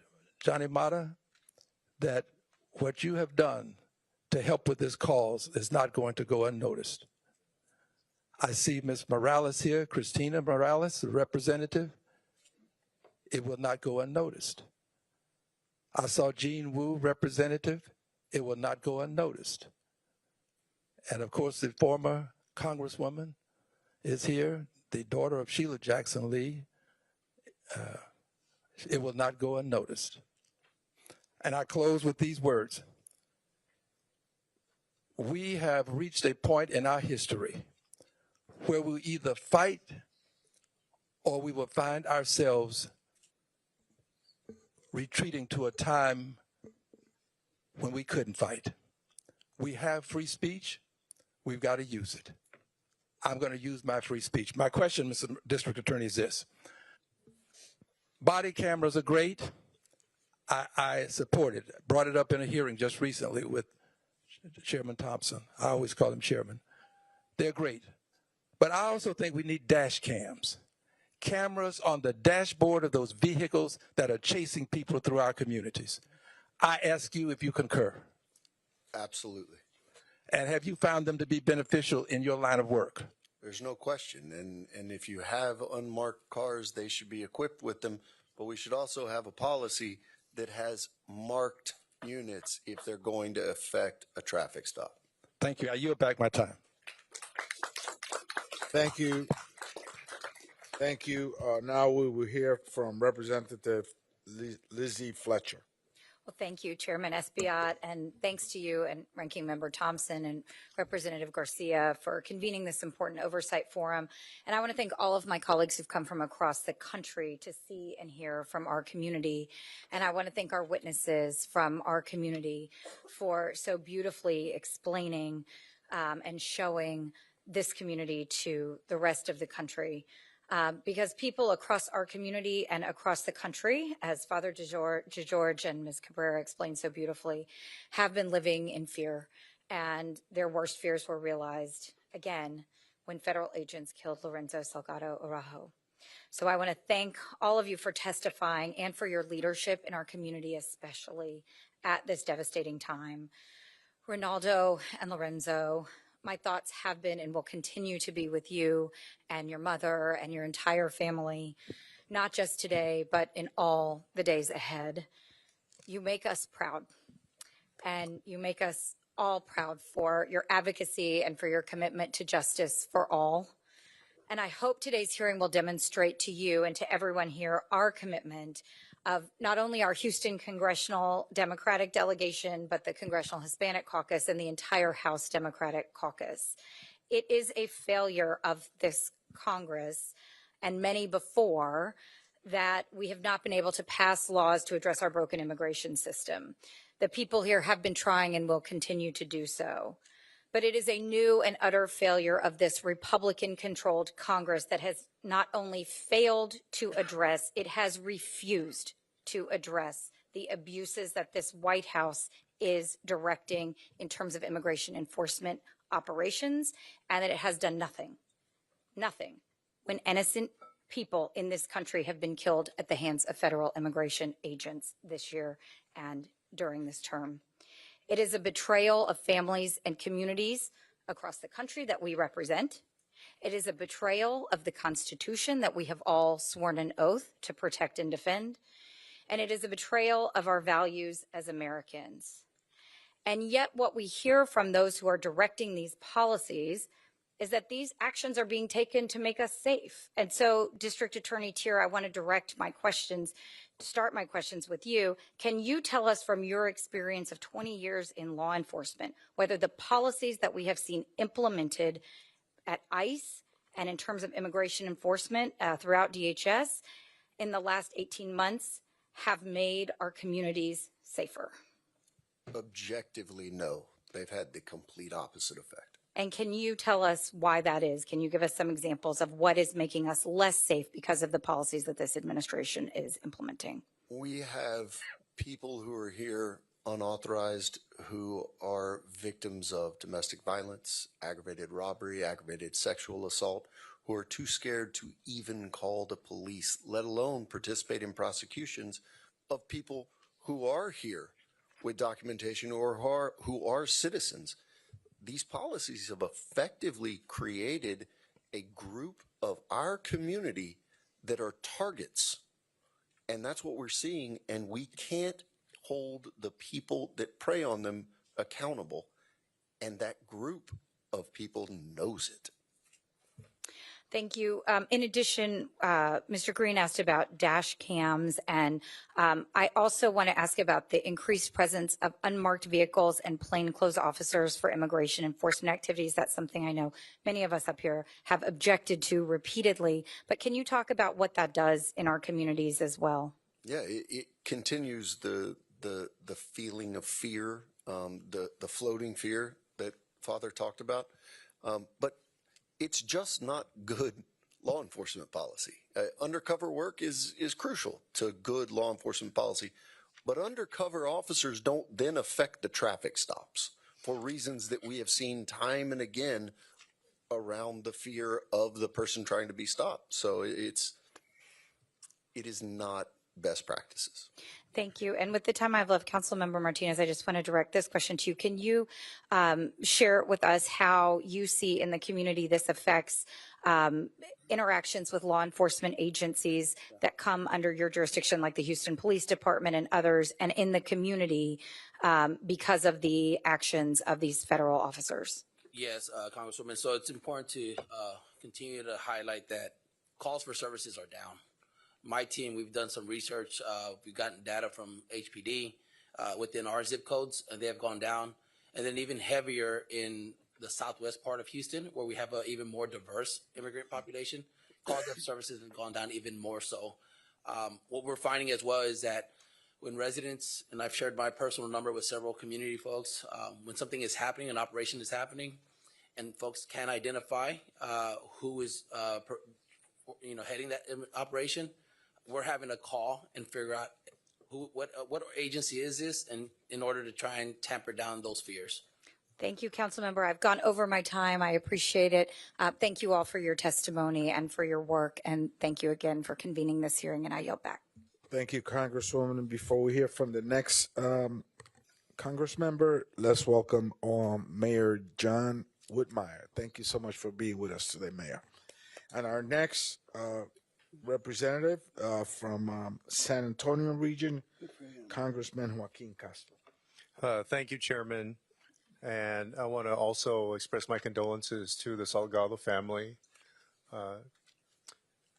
to all three brothers, and to your mom and to your extended family, and say thank you to Congresswoman Garcia and to the Houston delegation and the entire city of Houston that has shown incredible courage and stood up to this injustice, to the members of the legislature and the city council, and to the mayor who have pushed and advocated in their own ways. Thank you so much.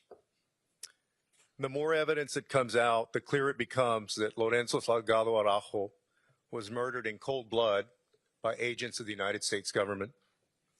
ICE has not produced a shred of evidence to support its claim that Lorenzo was a danger to them. No body camera footage, no dash cam footage, no ring camera footage from homes or businesses nearby.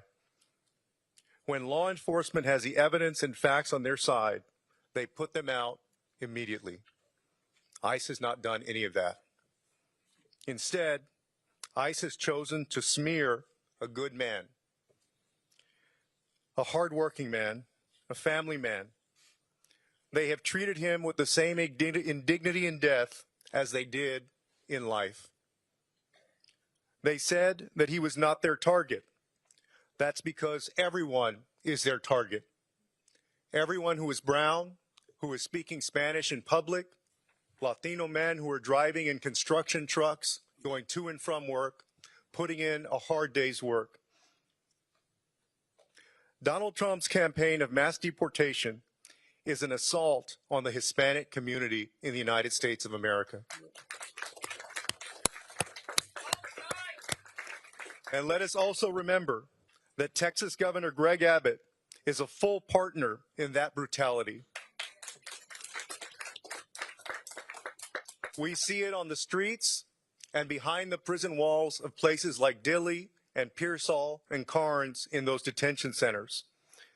Governor Abbott has forced state and local law enforcement to assist ICE despite its reckless brutality. No identification, no warrants, full masks, and guns drawn. He is also the first governor to allow the Texas National Guard to be deployed into ICE detention centers like Dilley, where children as young as 2 months old are imprisoned in a trailer prison. This system and the people within it who have broken the law must be held accountable and brought to justice. Thank you to everyone who is committed to that. I want to ask a question of the district attorney. District Attorney Teare, thank you so much for initiating an investigation and pursuing justice. You mentioned that the Texas Rangers are assisting in that investigation. I first want to ask, just because there have been conflicting reports over the last 17 days, to the best of your knowledge, are the Texas Rangers conducting their own independent investigation? Thank you. The way that the Rangers got involved in this case is different than normal. The Texas Rangers are the partner agency that we typically work with, being the DA's office, in officer-involved shootings all the time. Usually it is us the first day with them working our own parallel investigation collaboratively. This time it took the efforts of Senator Alvarado, Mayor Whitmire, Noe Diaz to really get the Rangers to be able to be involved. And so it was 8 days later that they finally got in. I know the governor didn't say anything about this case for a full week Right. after Lorenzo's death. And so, and can you speak? I know that you don't want to divulge too many details about the investigation in order not to compromise it. Can you speak to what kind of assistance the Rangers are providing? they are doing what they always do, which is a fabulous investigation, albeit 8 days later. But we're in conversations with them hourly, and so we're working together to really kind of piece it back. But they're a real asset to us. Thank you, District Attorney. I appreciate it. Now yield back. Thank you, Congressman Castro. Now we're going to hear from Congressmember Christian Menefee. Thank you very much, Chairman, and thank you, Ranking Member, for bringing the committee to Houston. ICE has proven itself to be a radicalized law enforcement agency.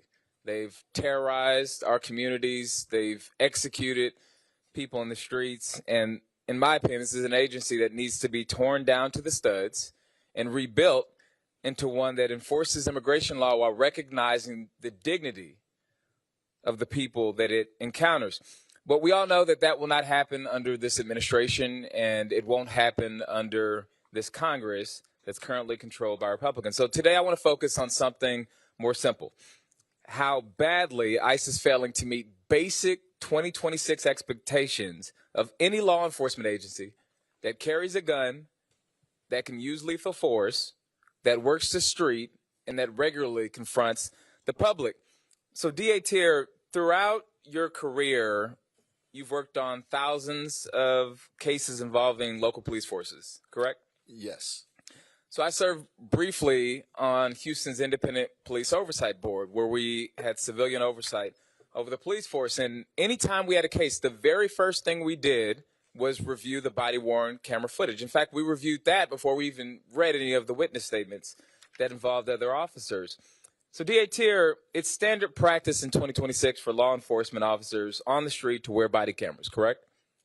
Congressman, you and I have been in this very room talking about things like this. We have 86 law enforcement agencies that operate in Harris County alone.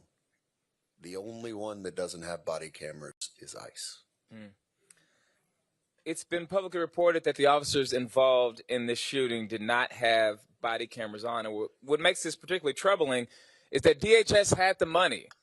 They got an influx of $75 billion from legislation passed last year, and they got $20 million specifically for body-worn cameras. They could have spent that on body cams for the officers that killed Mr. Lorenzo Salgado Araujo, but they failed to do so. And in fact, we've seen that they have money to recruit folks, they have money for new vehicles, they have money to increase enforcement operations, but not for body-worn cameras. DA Teare, it's basic police practice in 2026 not to shoot into a vehicle unless the officer has no other way to protect themselves, correct? That is absolutely correct, yes.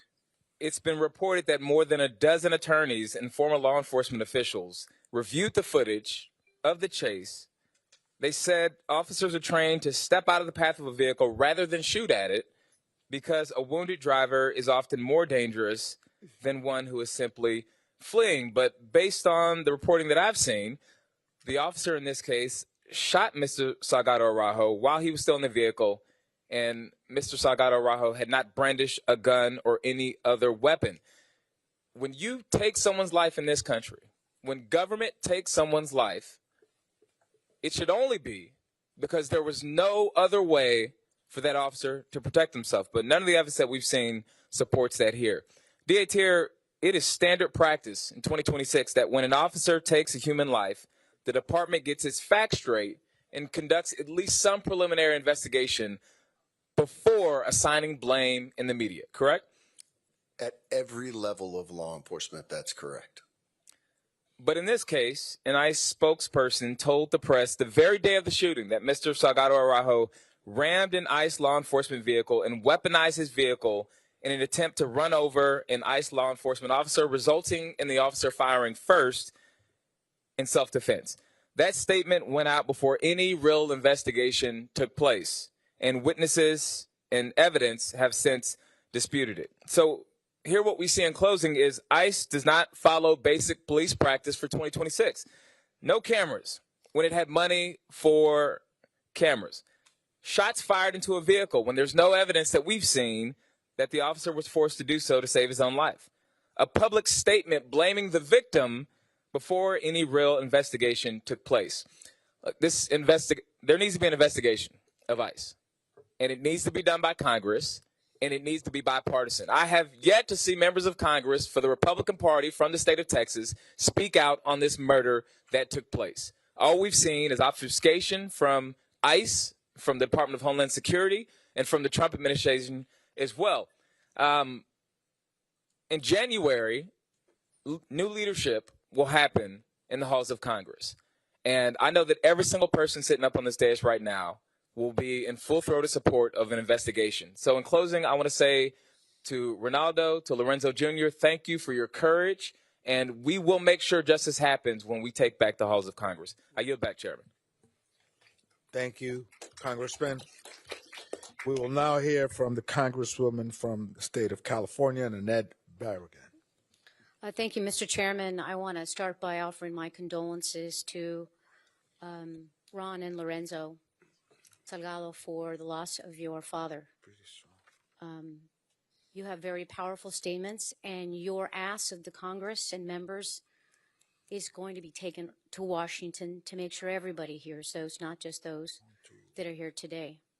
You have my commitment that I'm going to do all I can to hold this administration, ICE officials, any law enforcement accountable, especially to bring justice to your family and your father in what was a killing, a murder that needs to be fully investigated. And so I continue to call on all those in law enforcement to do what they can to bring justice here and get all the facts. DA Teare, I want to go to you. It's reported that you now have access to the van and to surveillance footage. Are you satisfied that the evidence was preserved from the moment federal authorities took custody, including complete chain of custody records? To the extent that we have evidence, I am satisfied. We still have a significant amount of physical evidence that we have not been able to get possession of. So that's to be determined, including in up to the weapon that was used.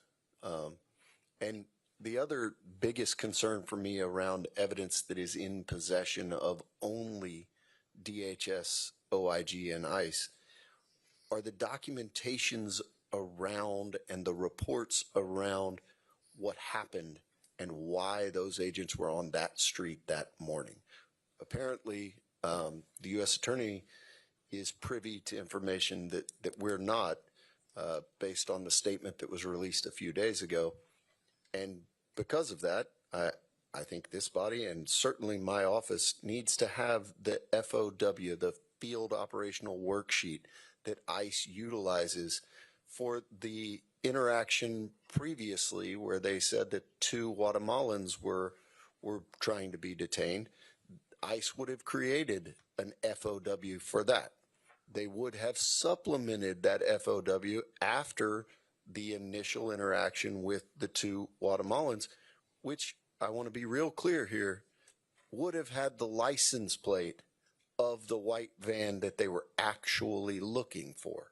Because if you're just going to try to knock down a white van in the east end of Harris County, Houston, you're going to be busy. So they had the license plate number, which completely cuts against the stated reason for the stop. So we need the FOW, we need the original, we need the updated one, then we need the I-213, which is their offense report when they make an arrest and detention, which occurred this day. So we need to see every iteration of that as well. And these are standard things that we get from every law enforcement agency that we're investigating. Thank you, DA. I want to just encourage you and implore you to continue to fight to get every piece of information. This is an out-of-control agency. This is an out-of-control administration. And this agency has no credibility. How do we know that? I'm reminded of the case in Chicago with Miramar Martinez, where ICE agents shot her 5 times. 5 times, and she survived. And what did they say then? Very similar things. Oh, it was the person in the car who rammed us. But all of a sudden, there was video footage, audio footage, text messages that showed it was actually the agents. As a matter of fact, the officers were bragging One said, I fired 5 rounds and she had 7 holes. Put that in your book, boys. These are the agents. The response was, you're a legend. Another officer responded, say, beer's on me when I see you at training. And even their leadership, when asked if they supported this, said, big time. This is the agency we're talking about. This is not the agency that has the hiring standards that the Texas Rangers has or local law enforcement has. And this is where we owe an apology to the Salgado family, that this government has failed you, that this agency has failed you, that this administration is out of control. And there we're going to continue to fight for justice. And we have to fight to take away the funding for ICE to start. And with that, I yield back. Thank you, Congresswoman. We will now hear from Congresswoman from the state of Oregon, Congresswoman Andrea Salinas. Good morning, and thank you, Chair Thompson and Chair Espaillat, for convening this, and thank you to all the witnesses, but in particular, thank you to the Salgado family. Thank you for being here. Thank you for sharing your story. You have been incredibly brave. My dad grew up in Texas. He was an immigrant, and I saw him in your story. And this has been a really, all of this entire out of control ICE, CBP, administration, agencies has been a very difficult time. But I am here 2,200 miles away from my hometown to let you know that I care and I'm going to fight like hell until we get justice. This is not okay. Mr. Proaño, I want to start with you. You mentioned in your statement a mortality rate that is increasing. It's at its highest rates in detention centers. It's an all-time high is what you said. That means people held in ICE detention are dying. And the district attorney, Teare, you mentioned that 4 witnesses from the work crew are all in ICE detention. So I don't know who wants to answer this. I have 2 questions. Do those witnesses have access to attorneys of their own in the event of abuse or an untimely death of those witnesses in ICE detention? And number 2, I think that is to you, Mr. Proaño. And number 2, my second question, can you explain why this is so problematic to the well-being of the witnesses and to the success to achieve justice? Representative Salinas, in most cases they do not. When they're put into detention, sometimes they're moved from location to location, making it difficult for the families to actually even get into contact with them. In some cases, especially in Texas, they're very quick to move them from Texas to Louisiana, for example, putting them further and further away from legal counsel representation and even their own family members who would be there to support them too.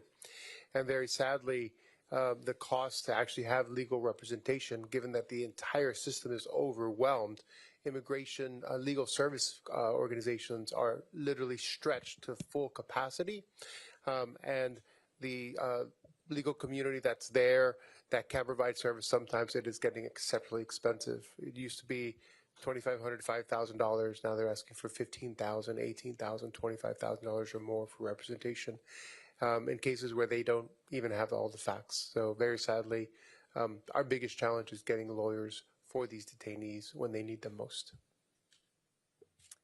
And now, DA Teare, why is this so important to the case? These are the 3 unbiased eyewitnesses that we have, period. When you think about the conditions that anyone that's incarcerated is under, but people that are incarcerated in that detention center specifically, they're on a different sleep schedule. They don't get the same level of sleep. They're displaced from their families. They are not able to memorialize what they saw and what they experienced in the same way that they would be in a sterile interview room. They are under a different set of stressors because they don't know if they're going to wake up tomorrow in this country. So all of these things go into the veracity of the statements that they're able to give to us, the ability to speak freely, which is one of the biggest concerns that we have. These aren't lawyer rooms that you think of even in the Harris County Jail that don't have recording devices. We have no idea who's listening when they're giving these statements. So the fact that they're still in there is extremely concerning in our ability to really interview them and get what we need. Thank you again. I'll be respectful of time and yield back. Thank you, Congresswoman. We will now hear from the Congress member from the state of New Jersey, Rob Menendez. Thank you, Chairman, and thank you to all of our witnesses for being here today, especially Mr. Salgado Araujo's family. I can't begin to imagine how incredibly painful today's discussion must be for you. And I want you to know how grateful we are that despite that pain, you are still choosing to share the truth with the American people, a truth that we will carry with us forward back to D.C. and back to all of our districts. We're here today because a family lost a husband, a father, and it was entirely preventable. And we're here today to address the actions the Trump administration has taken that have made tragedies like this more common in our country. By design, our immigration enforcement has become so aggressive, so inhumane, and so insulated from accountability that families across the country, from Newark to Minnesota to Houston to Maine, are losing their loved ones in senseless acts of violence. A year ago, outside Delaney Hall in Newark, I said that no one is safe in Trump's America. Not fathers, not mothers, no one. Today is a painful reminder of that. And from day one of this administration, they have repeatedly lied to the American people about their actions. Mr. Proaño, when someone is killed by federal law enforcement personnel, including ICE agents, should the American people be able to trust the government's account of that incident? Just yes or no? Yes. And why is that so important? It's so important because it's the transparency piece of it. We don't really know who these folks are. They're masked agents, for example, with no identification, no credentialing at all whatsoever, riding around in vehicles that are unmarked at the end of the day. But that's not what happened here in terms of being able to trust the government's account. Before any evidence was made public, before Lorenzo, Ronaldo, and their family had even been notified, let alone received answers, the Trump administration was already rushing to justify the killing with contradictory narratives that vilified the victim, their father. DHS initially claimed that Mr. Salgado Araujo was the subject of a targeted immigration enforcement operation before later acknowledging that he was not the intended target after all. District Attorney Teare, just yes or no, does the fact that DHS immediately provided a rushed and inaccurate account of what happened call into question the administration's credibility? Yes. I agree. And time again, we've seen the Trump administration bend the truth to justify fatal incidences and other acts of violence. After agents killed Renee Good in Minnesota, DHS claims she, quote, weaponized her vehicle as an act of domestic terrorism, despite clear video evidence that showed otherwise. District Attorney Teare, from your perspective, are these instances of misinformation isolated? I can speak to this one, and it is extraordinarily concerning the number of different versions that came out prior to anything. And as someone that is an American, I've seen the same thing happen in Maine. I've seen the same thing happen in Illinois, and I've seen the same thing happen in Minnesota, among others. So I would say from just a layman's perspective, no, they're not isolated. Thank you. When there's a broader pattern of the federal government using misinformation to avoid accountability and shield federal agents from scrutiny, it's not just the truth that suffers. Mr. Proaño, if federal agencies know that the president and his administration will lie to cover up their misconduct, does that create a culture of impunity around the use of force? It has emboldened this agency. It has emboldened these officers. They think that they can get away with it at the end of the day. And that really is a travesty of justice, and really goes against every fiber of really what any of us know to be an honest and just system. Would it be fair to say that under these circumstances, violence against immigrants is not accidental, but systematically encouraged? They are attacking and hunting Latinos and Latino communities. And throughout the country? Throughout the country. In Minnesota, in Chicago, in New Orleans, in Charlotte, in Newark, in LA, across the country. That's why we need everyone across the country to speak up against what's happening, to lift their voices, to carry the names of those that have been taken from us with them. For the past year and a half, we've seen the Trump administration embrace a violent enforcement-first approach to immigration, one that maximizes arrests, deportations, and operations in community spaces, all while minimizing accountabilities. And families in my district in New Jersey, here in Houston, across the country have suffered immensely as a result. We owe it to Mr. Salgado Araujo and his family, as well as every family that has been or will be impacted by immigration enforcement actions, to hold the Trump administration accountable and to fight for a more humane immigration system. This does not end today. It will not end today. And it will not end until there's accountability, justice, and until we end this national nightmare. I yield back. Thank you. Thank you, thank you, Congressman Menendez. And to finalize the question period of this hearing, we will hear from Representative James Walkinshaw. Thank you, Chairman Espaillat, Ranking Member Thompson, and especially Congresswoman Garcia. Your leadership in this moment has been amazing. How many more of our dads have to die? Lorenzo and Ronaldo asked us that question. How many more of our mothers have to die? I appreciate all of the witnesses today. You all have provided valuable insights and information, but I came across the country to see Ronaldo and Lorenzo, to look into your eyes and to see your pain and your anger so that I can take it back to Washington and communicate it to my colleagues. But I also saw your resolve. You know, I left my house this morning in Virginia. It was early in the morning. It was dark.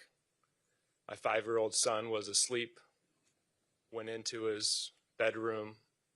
I kissed him on the forehead, and I said, "Daddy will be home tonight." And I will.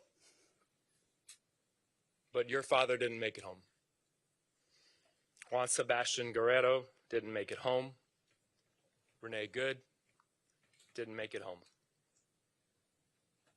Now, Ronaldo and Lorenzo, when you're a dad, you're always kind of wondering, are you doing a good job? Your dad probably asked himself that. But as I listen to you and see you, it's very clear he did a hell of a job. And I know that he is very, very proud of you.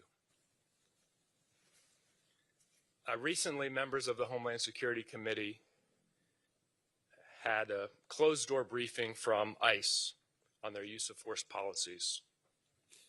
Republicans not willing to have an open hearing with ICE under oath to discuss those policies. But one of the things we learned, astoundingly, to me at least, was that from January of 2025 to today, 18 months, only one single solitary ICE officer has been disciplined for violating their use of force policies. One officer. 22,000 ICE officers now, thousands of violent encounters, 6 deaths, one officer has been disciplined.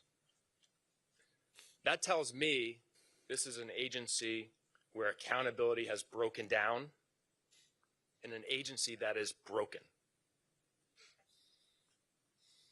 And I want to ask Councilman Martinez, a year ago today, I was a local government elected official like yourself. You, with your colleagues, have an oversight responsibility of the Houston Police Department. Does that sound remotely plausible to you? That there can be 22,000 officers involved in thousands of encounters, many violent, that only once an ICE officer could have violated the agency's use of force policies in 18 months? Congressman, no. The Houston Police Department is a professional, trained organization, and something like that would not happen locally. And if the chief of police of the Houston Police Department came before your council and said that, what would you say to him? we would definitely be putting limitations on what he can do. DA Teare, you, I presume, have been involved in investigations of officer-involved shootings and use of force violations. What do you think about that? 22,000 officers, one disciplined by the agency in 18 months. As Councilmember Martinez said, the HPD is a good example. There are almost 6,000 sworn officers there in an 18-month period through an academy that is so rigorous, through a training program that is rigorous. We see more than that come across criminally in the DA's office because the agency holds those officers accountable and they strive for accountability.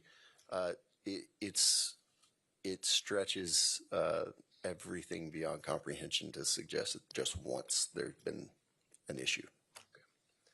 Thank you both. Lorenzo, Ronaldo, thank you for your courage, for your voice in this important moment.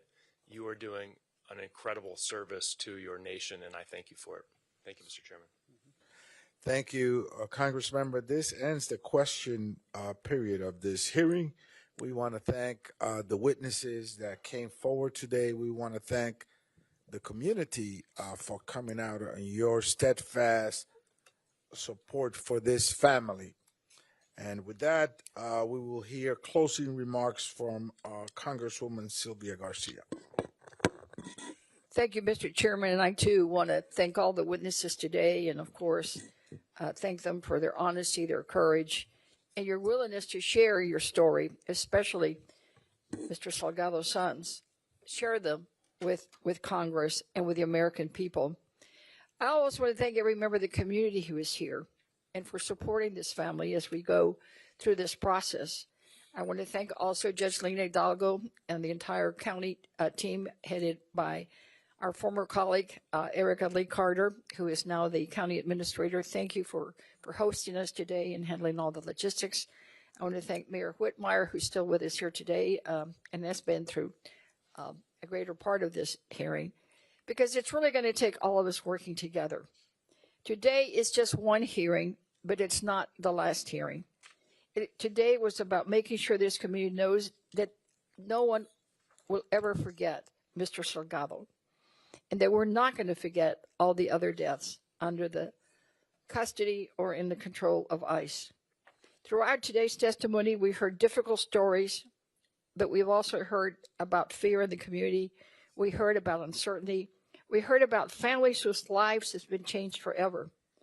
I wish we had also heard from ICE and the Department of Homeland Security.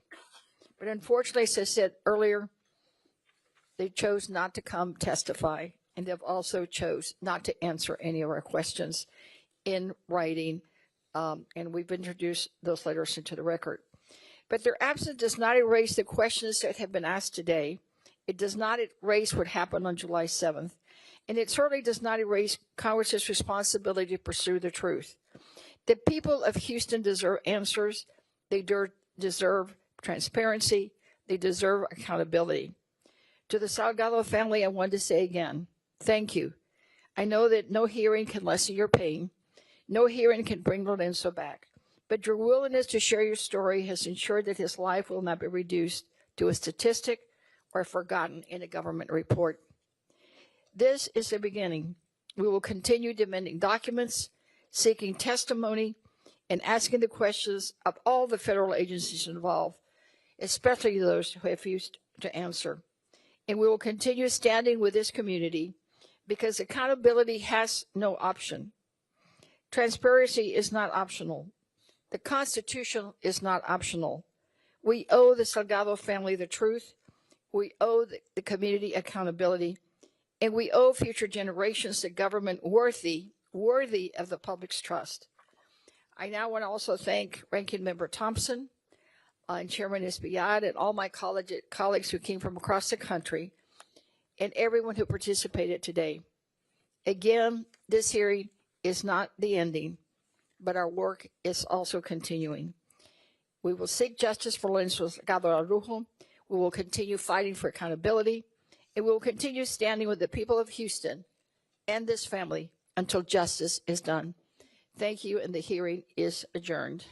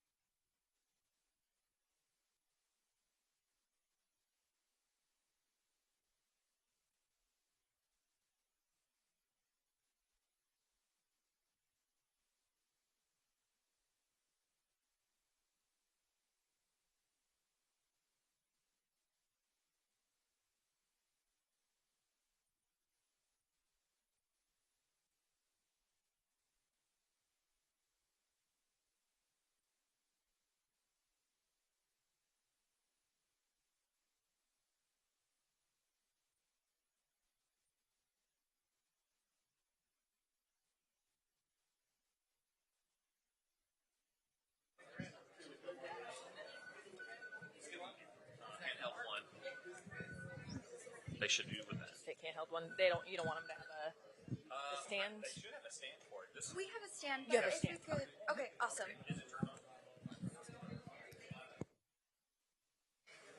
That's why they're all going back. We probably need to have somebody in the middle. Like, we got the run shot. There it is.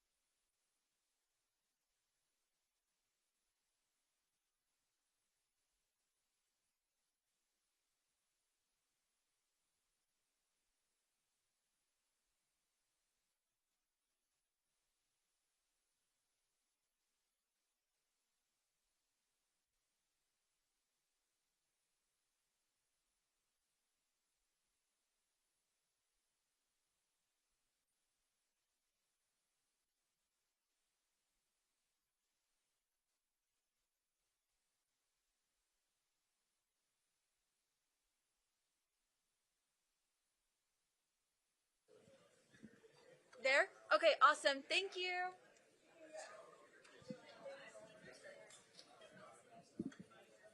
Like that, something like that. Okay.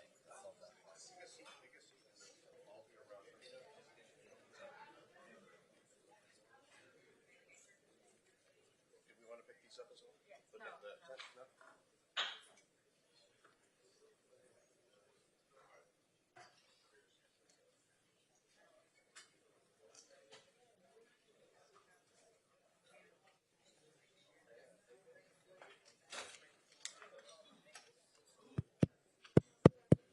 Are y'all still getting it back there? Audio back there?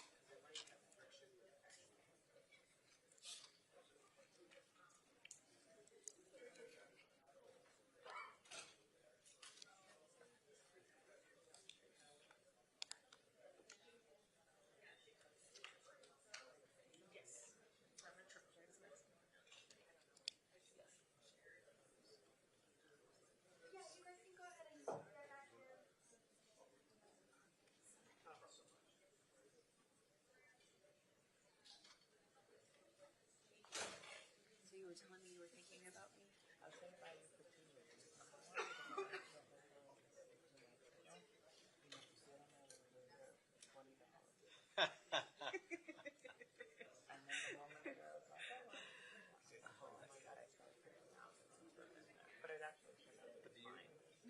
Do they have hauntings? No haunts.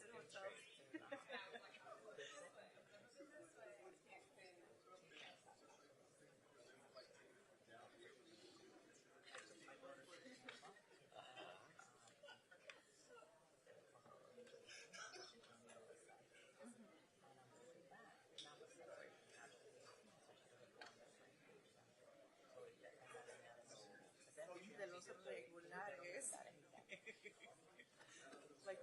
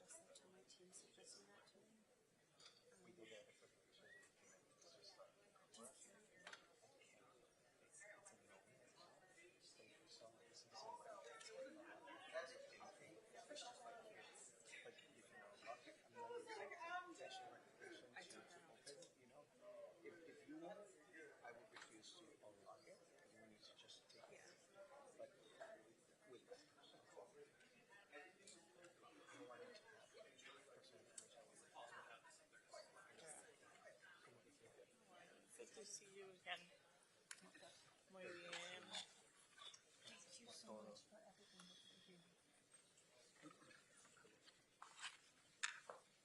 Thank y'all for being here this morning. I'm Sylvia Garcia, here from Houston, where the tragic killing of Mr. Salgado occurred.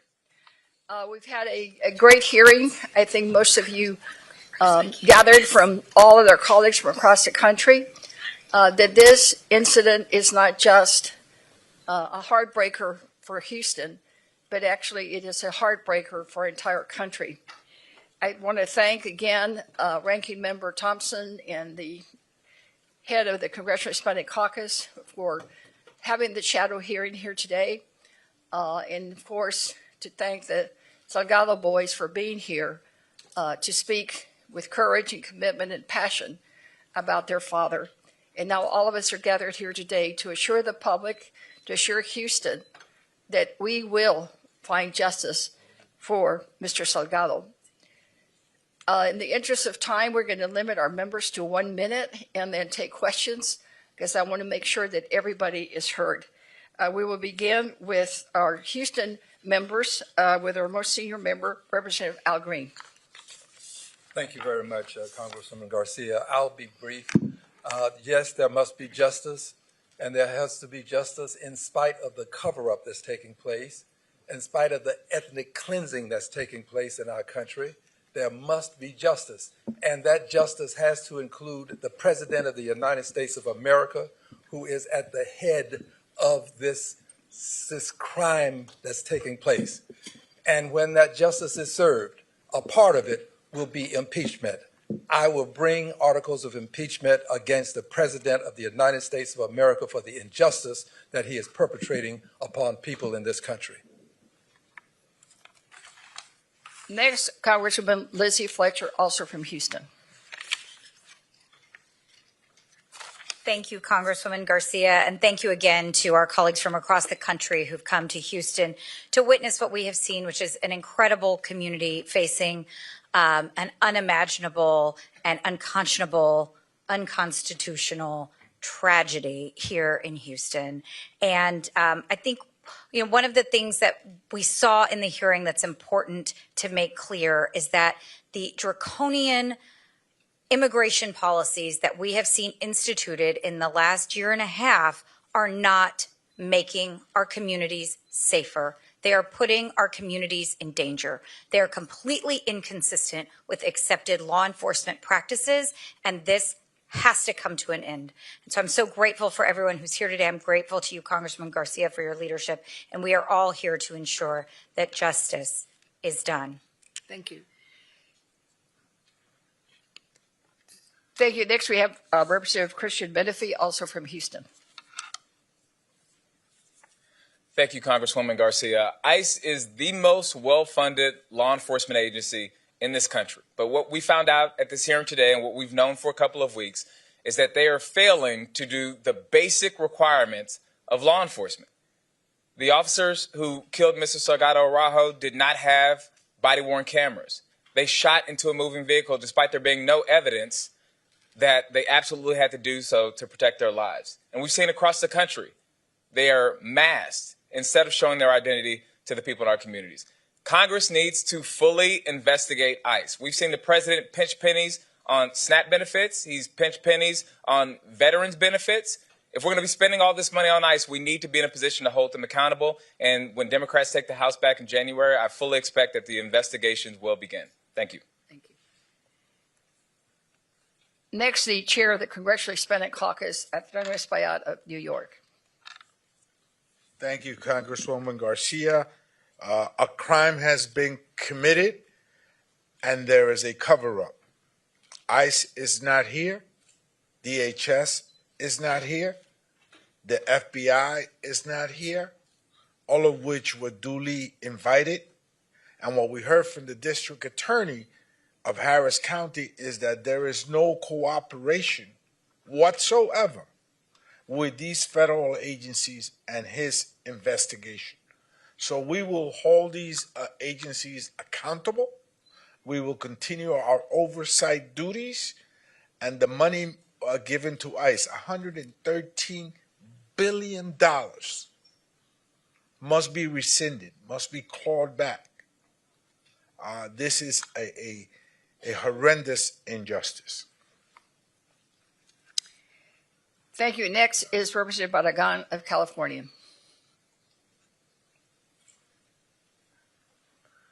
Thank you, Sylvia, for hosting. I used to serve as chair of the border sub on Homeland. So I have seen how ICE has gone over the last 10 years, just move to a time that we're in now, totally out of control, totally rogue. It's an agency that doesn't have the same standards as your local police department hiring standards and use of force standards. Your local police has to show their name. They don't have masks on. They wear body cameras.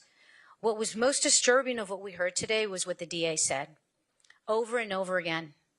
They are not getting the full cooperation to get everything that they need to investigate this, because we need to make clear that nobody is above the law, not ICE officers, nobody. Everything needs to be investigated, and we need to bring justice to this family.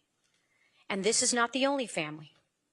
There's families in Maine, the family of Renee Good, the family of Alex Preddy, and the list goes on and on. And so we need to continue to highlight these stories, because this president, this administration, and this agency is not going after serious criminal offenders like they promised. They're going after our brothers, our sisters. We heard today a good man who was just going to work, who's been in Houston for decades.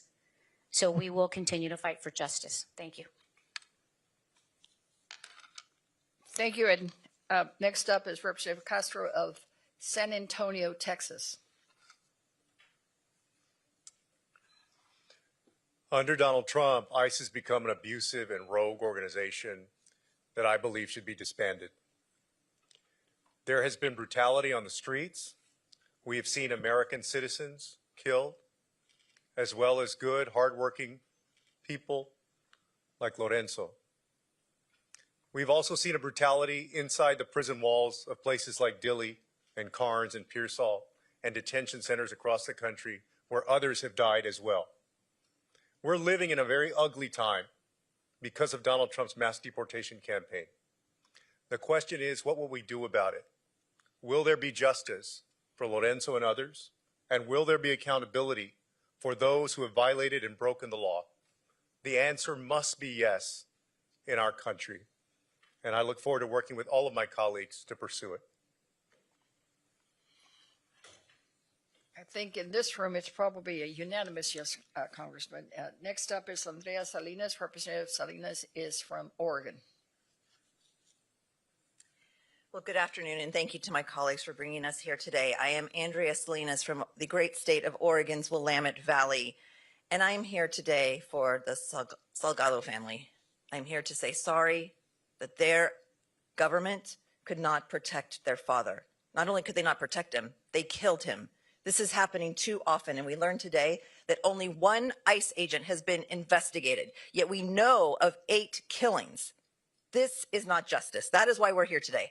In the short term, it means events just like this, to raise awareness, to let community members know that we have your back, that it is okay to go to mass. It is okay to go to the grocery store. It is okay to go to school, to be a family, out in public, to go to the parks.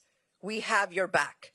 In the medium term, it means making sure that we pass legislation that actually helps to protect the civil rights of Latinos across the country and of our communities. And in the long term, it means these investigations that have to take place. They have to take place when Democrats are in control, when we hold this administration accountable, when we hold CBP accountable, when we hold ICE accountable. We have passed so many measures to pull back the funding from ICE. And let's be honest, our Republican colleagues keep funneling them more and more money.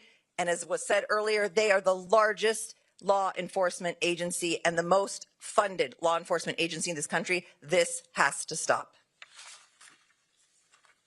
Yes, it must stop. And joining us in that effort is Congressman James Walkinshaw from Virginia. Thank you. I came from Virginia today to show my support for Congresswoman Garcia, for the people of Houston, and for the Salgado family. And the American people will never see exactly what happened to Lorenzo Salgado Araujo because there's no body camera footage. But every single American has the opportunity to see in the eyes of his sons the pain and devastation of this reckless, out of control mass deportation agenda. And that pain and devastation exists in the eyes of families in every corner of the nation, including my home in Virginia. And that's why we're here today saying enough is enough. It is past time to end this violence, and we're going to take that message back with us to Washington. Thank you. Next, we have Representative Menendez of New Jersey. Thank you, Sylvia, and thank you for organizing this forum. Thank you to all of the Texas delegation that were here today. Thank you to Chairman Espaillat and all of our colleagues.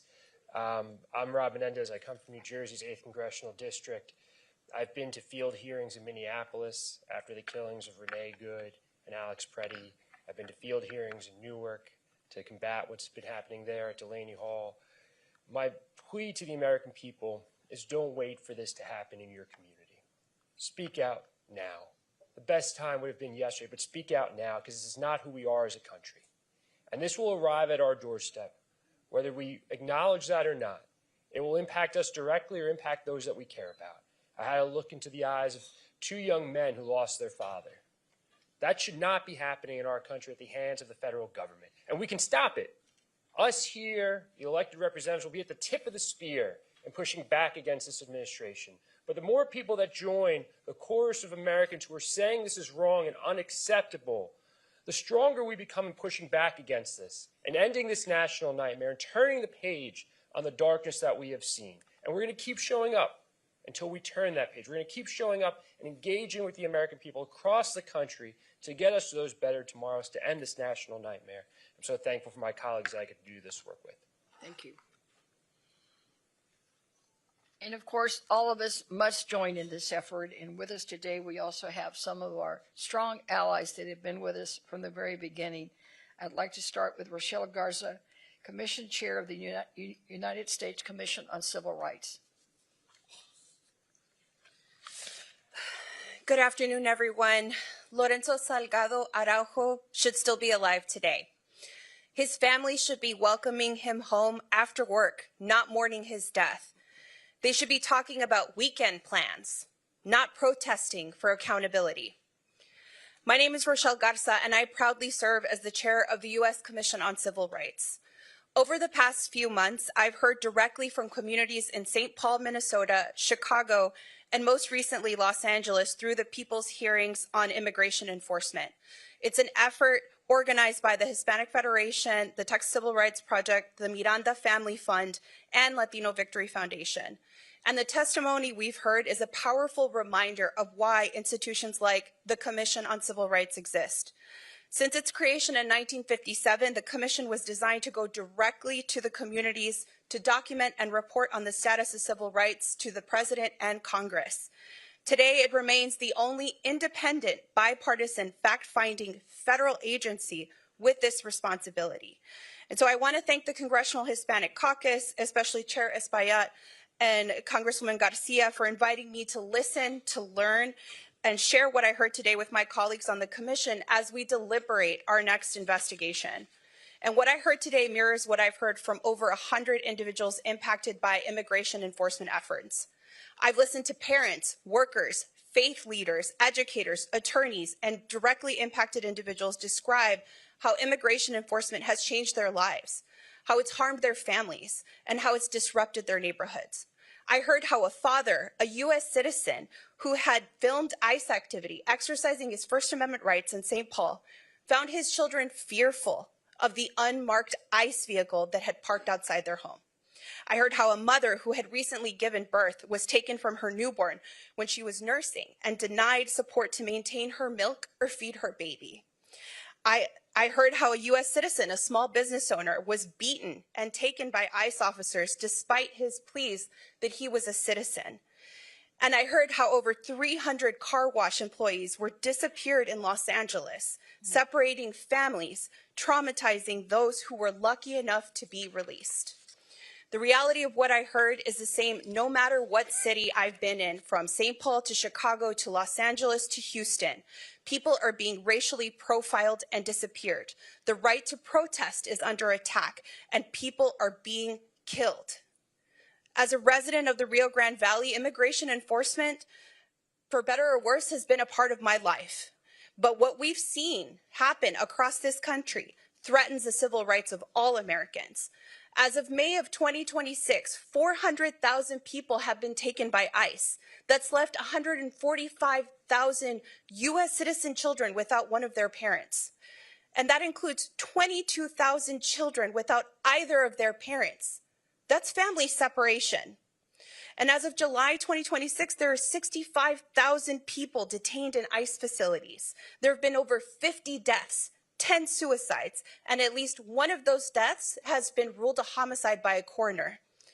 And all of this has been driven by unprecedented amounts of investment in ICE, the Supreme Court's sanction of racial profiling in Vasquez Perdomo, as well as surveillance, the expansion of the surveillance system.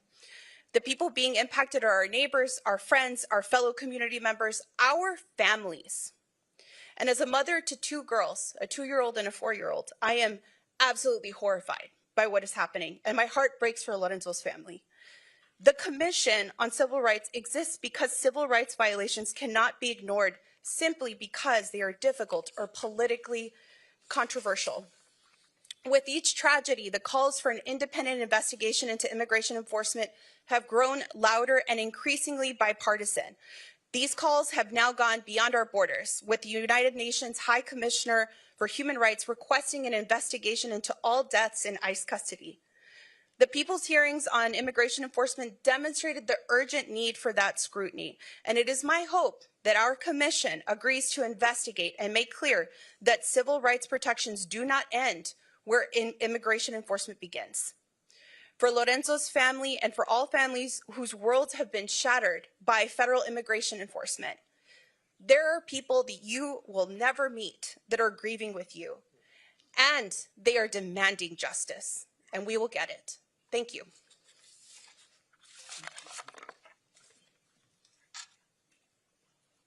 Thank you so much, and we all look forward to working with you to ensure that the Commission does act and do that investigation, because it is sorely, sorely needed.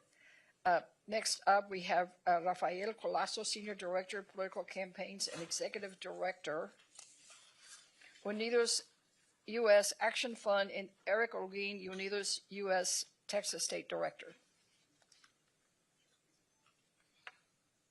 Thank you, Congresswoman. On behalf of Unidos U.S., I just want to reiterate our serious and deepest condolences to the Salgado family, as we've been all reflecting over these last few weeks. You know, Don Lorenzo was the kind of father, the kind of husband, and neighbor and friend that we all deserve in our lives. And we have to do everything we can, and Unidos U.S. will stand with the family and all of our allied partners here and members of the Congressional Hispanic Caucus to do all we can to bring justice for the enclosure for this wonderful family.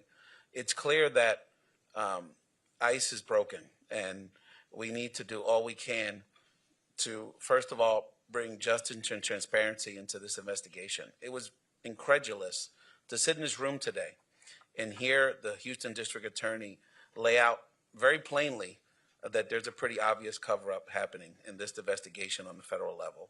And so we need to not only bring justice to this and transparency to this investigation, but we have to support the members of the CHC, our allied partners in Congress, our allied partners around the country, to truly rein in this unjust organization in our federal immigration system, so that they go by the same training standards and best practices of law enforcement that every other law enforcement agency across the country abides by.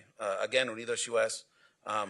Is proud to stand with our allied partners, with this wonderful family, with the members of the Congressional Hispanic Caucus, to call for transparency, accountability, justice, and an immigration enforcement system that abides by the rule of law and truly reflects the values of our great nation. Thank you. Thank you so much. And next we have Frankie Miranda, President and CEO of the Hispanic Federation. Thank you so much. On behalf of the more than 850 organizations that we represent at the Hispanic Federation, direct service providers in communities who are under attack by this administration, trying to cut the services, essential services to our communities, I want to express my outrage.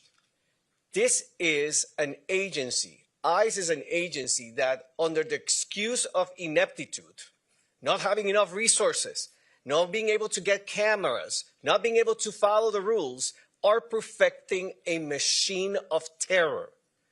We saw it in the people's hearings in Minneapolis, in Chicago, in Los Angeles, and in many other cities. I want to elevate what Congressman Menendez said. We cannot wait for this to happen in your neighborhood.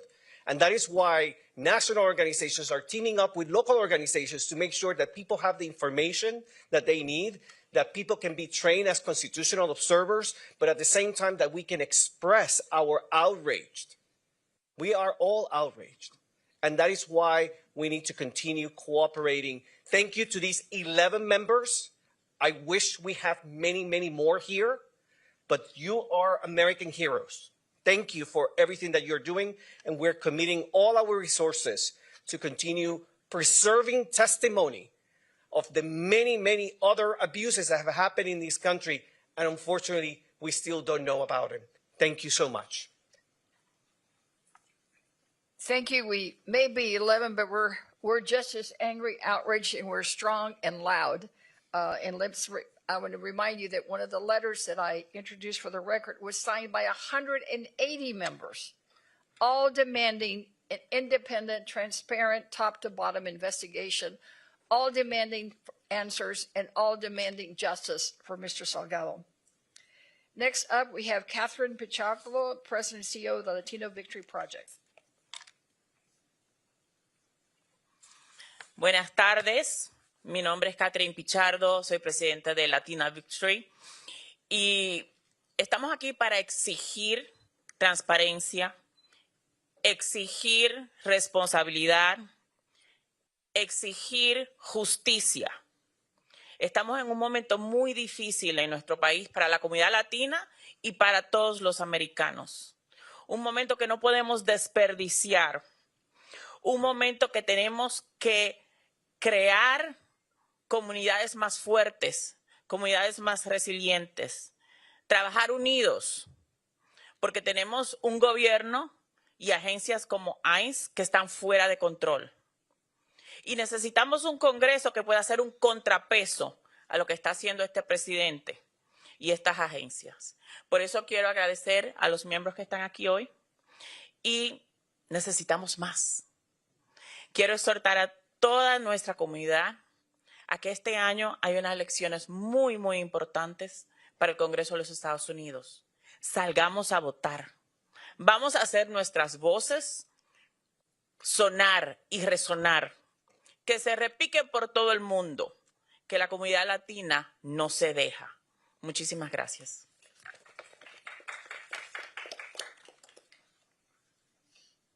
Next we have Diana Isa, Texas State Director, Mi Familia Vota.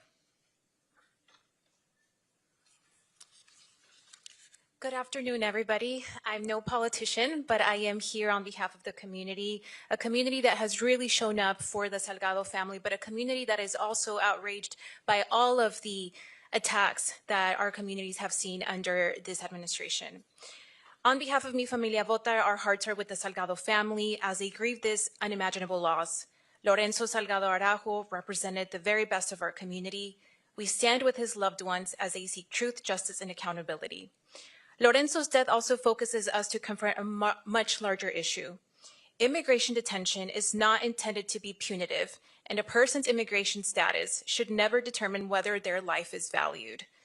Yet too many people are dying in ICE detention, at least 21 already this year, and too many others have lost their lives during immigration enforcement operations.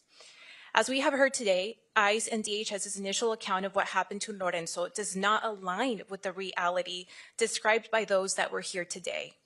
We know now that the 3 eyewitnesses who were in the vehicle have stated that Lorenzo stopped the car, put it in park, and fire was still put upon.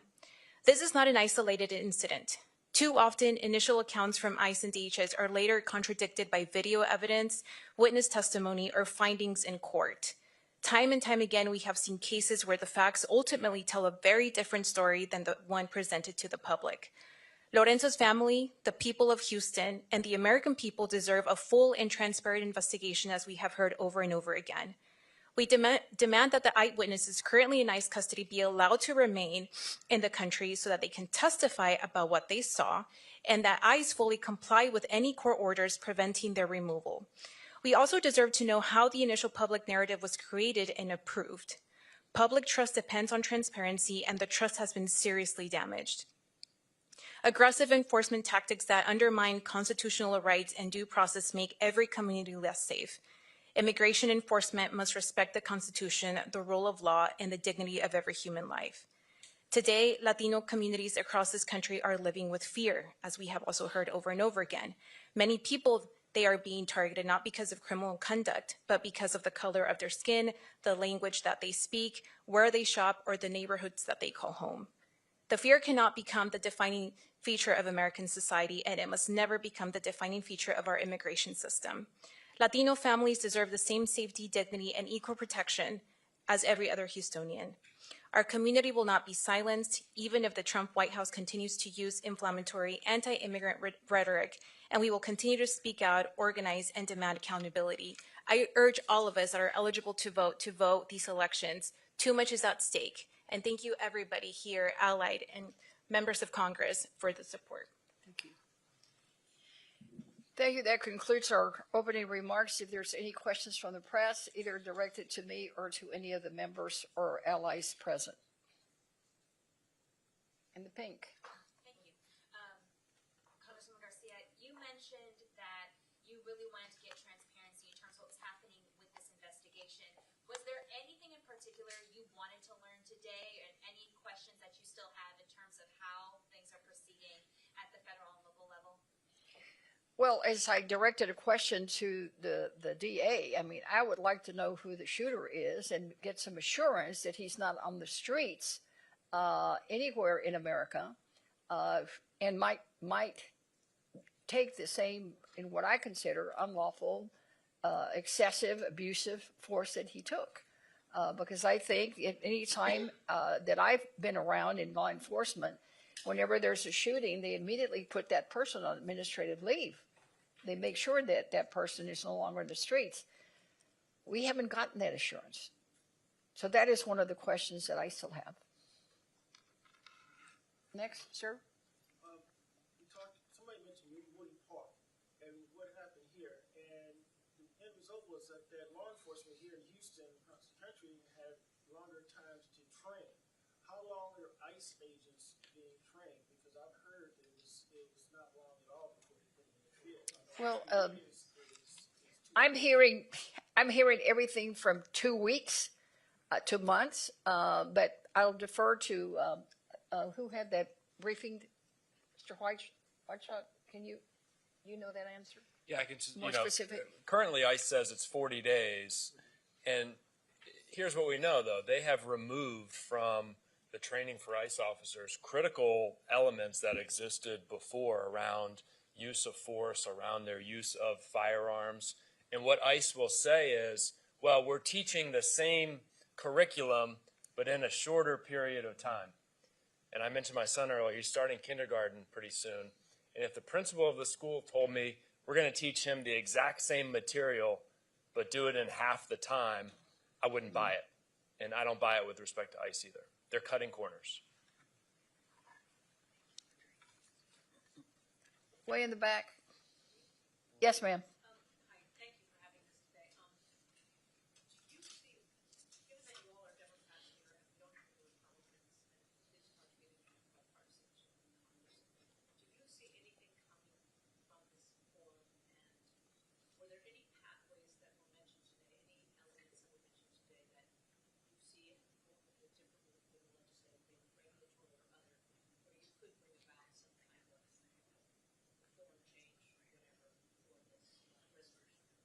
Well, I think one of the things you'll see is what we've already done. I mean, we put out a 10-point plan for reforms in ICE. We also all have committed to not providing one more penny of funding for ICE. Those are all real concrete things that we're already doing. And I think all of us here gathered today represent, probably 7 or 8 different committees. And I can tell you that all the committees of jurisdiction are already looking at what they can do. So yes, this will result in more. And as I stated earlier, this is just one hearing. There will be more requests for documents. There will be more. We will keep the heat on. We're not going to just let this go away or try to have anybody pull it under the rug or cover it up. We will continue the fight. Any other member would like to add to that from any of the committees of jurisdiction? Well, we'll go on to the next one. Yes, sir. Congresswoman Garcia, you mentioned those letters that have been sent to ICE that haven't been responded to. You noted obviously also that they're not here today. If they're not responding to members of Congress now, what makes you think that will change? Well, I'm very hopeful that November will change things, and we will be able to get some answers. I was, in the interest of full disclosure, I did have a conversation with the acting director of ICE, and that is when he committed that there would be body cameras on all agents in the field by the end of this month. Later, I had a conversation with the secretary of DHS, Department of Homeland Security. He indicated that was too soon, they needed enough time, so now he's saying 45 to 90 days. So even if we manage to make sure that they do it, that will be, frankly, a big win because right now we have nothing. So I want to make sure that the public understands that it may be small steps, but we will get there because we're not going to get stopped until we get justice for Mr. Salgado and some changes in ICE, period, full stop. Let me add something. Sure. Thank you. The Honorable Bennie Thompson was here today. He is currently the ranking member of Homeland Security, the committee in Congress. And as such, he has sent a letter to the head of ICE as well as DHS, I suppose. And in that letter, there were many questions that were asked, but he's laying the foundation for a future hearing. All of the Democratic members on the committee signed the letter. The Democrats are committed to an investigation, transparency, and accountability. Anyone else? Sure. What has changed is that this is a watershed moment for the Latino community. We've had over 175,000 people sign petitions. Financial support has come into the family as well. We have over 300 vigils that are actually planned for Saturday, all around the country itself. And so post-Preddy and post-Ray Nicole Good, folks kind of lost attention to what was happening, but the detentions, the deportations effectively continued. The Latino community is standing up for ourselves. That is what you're seeing here. We're standing up across the country. Over 20,000 people in Houston alone signed that petition, which I delivered to the mayor this morning. Over 57,000 people in Texas alone signed that petition, in 831 cities of 971 in this state. People are paying attention. Latinos are standing up. Our coalition is stronger than it has ever been, and with the support of Sylvia Garcia, Adriano, and the CHC, and all of these members here, you're going to start to see a significant shift coming because Latinos are tuned in, and we will hold them accountable in November. Let me just say that much needs to be done. In fact, the body camera program is not codified, is not contemplated in law, although money, $20 million, were appropriated for it. So that program was piloted by the previous administration, obviously stopped by this new administration, and now is done haphazardly across the country, but it's not law. It should be, all of the things that we are proposing should be contemplated and should be done through legislation. Dream and Promise Act, body cameras, farm workers bill. All of these immigration-related pieces that are also in a comprehensive bill should also be looked at individually and be codified. You know, we cannot rely on departmental regulation for, let's say, body cameras. It should be mandated by law, and I think that's what we plan to do. Thank you. We've got members with flights, so I'll take just one more question with the red cap. What is the message to the large and growing chorus of people in this country around the world who see ICE as a department that has been baked in hatred and terror and unconstitutionality? Individuals who would like to see the agency go away entirely, given its approach towards people on our streets. What is the message to those folks? I hear a lot about reforms. That's why I asked. Well, it starts with reforms. It starts with changes. But I think you probably heard there's been a number of words used during the testimony today: disbanding, retooling, rebuilding. The bottom line is it's got to change. What it's doing now is unacceptable. It's un-American. It's unconstitutional. It's humane, and it's unchristian. And we will work hard to make sure we get that done. Now, what will result, hopefully, will be a just, humane immigration system. People have to remember that immigration, violation of immigration law by in itself is not a crime. It's not a crime. It's administrative law. It's no different than someone who isn't paying their IRS. They're not committing a crime until they're convicted, but they're in violation of an IRS rule.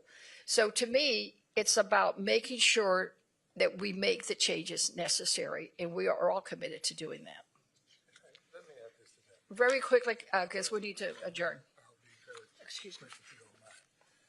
If the Secretary of what is now War can change the Department of Defense to the Department of War, then I cannot see why we can't change ICE and reform ICE. It can become ICE today and nice tomorrow. Well, with that note, we will adjourn, but of course, some of our members may be available for any one-on-ones or any follow-up that you might have at their pleasure. Thank you. Thank you, guys. Thank you, Congressman.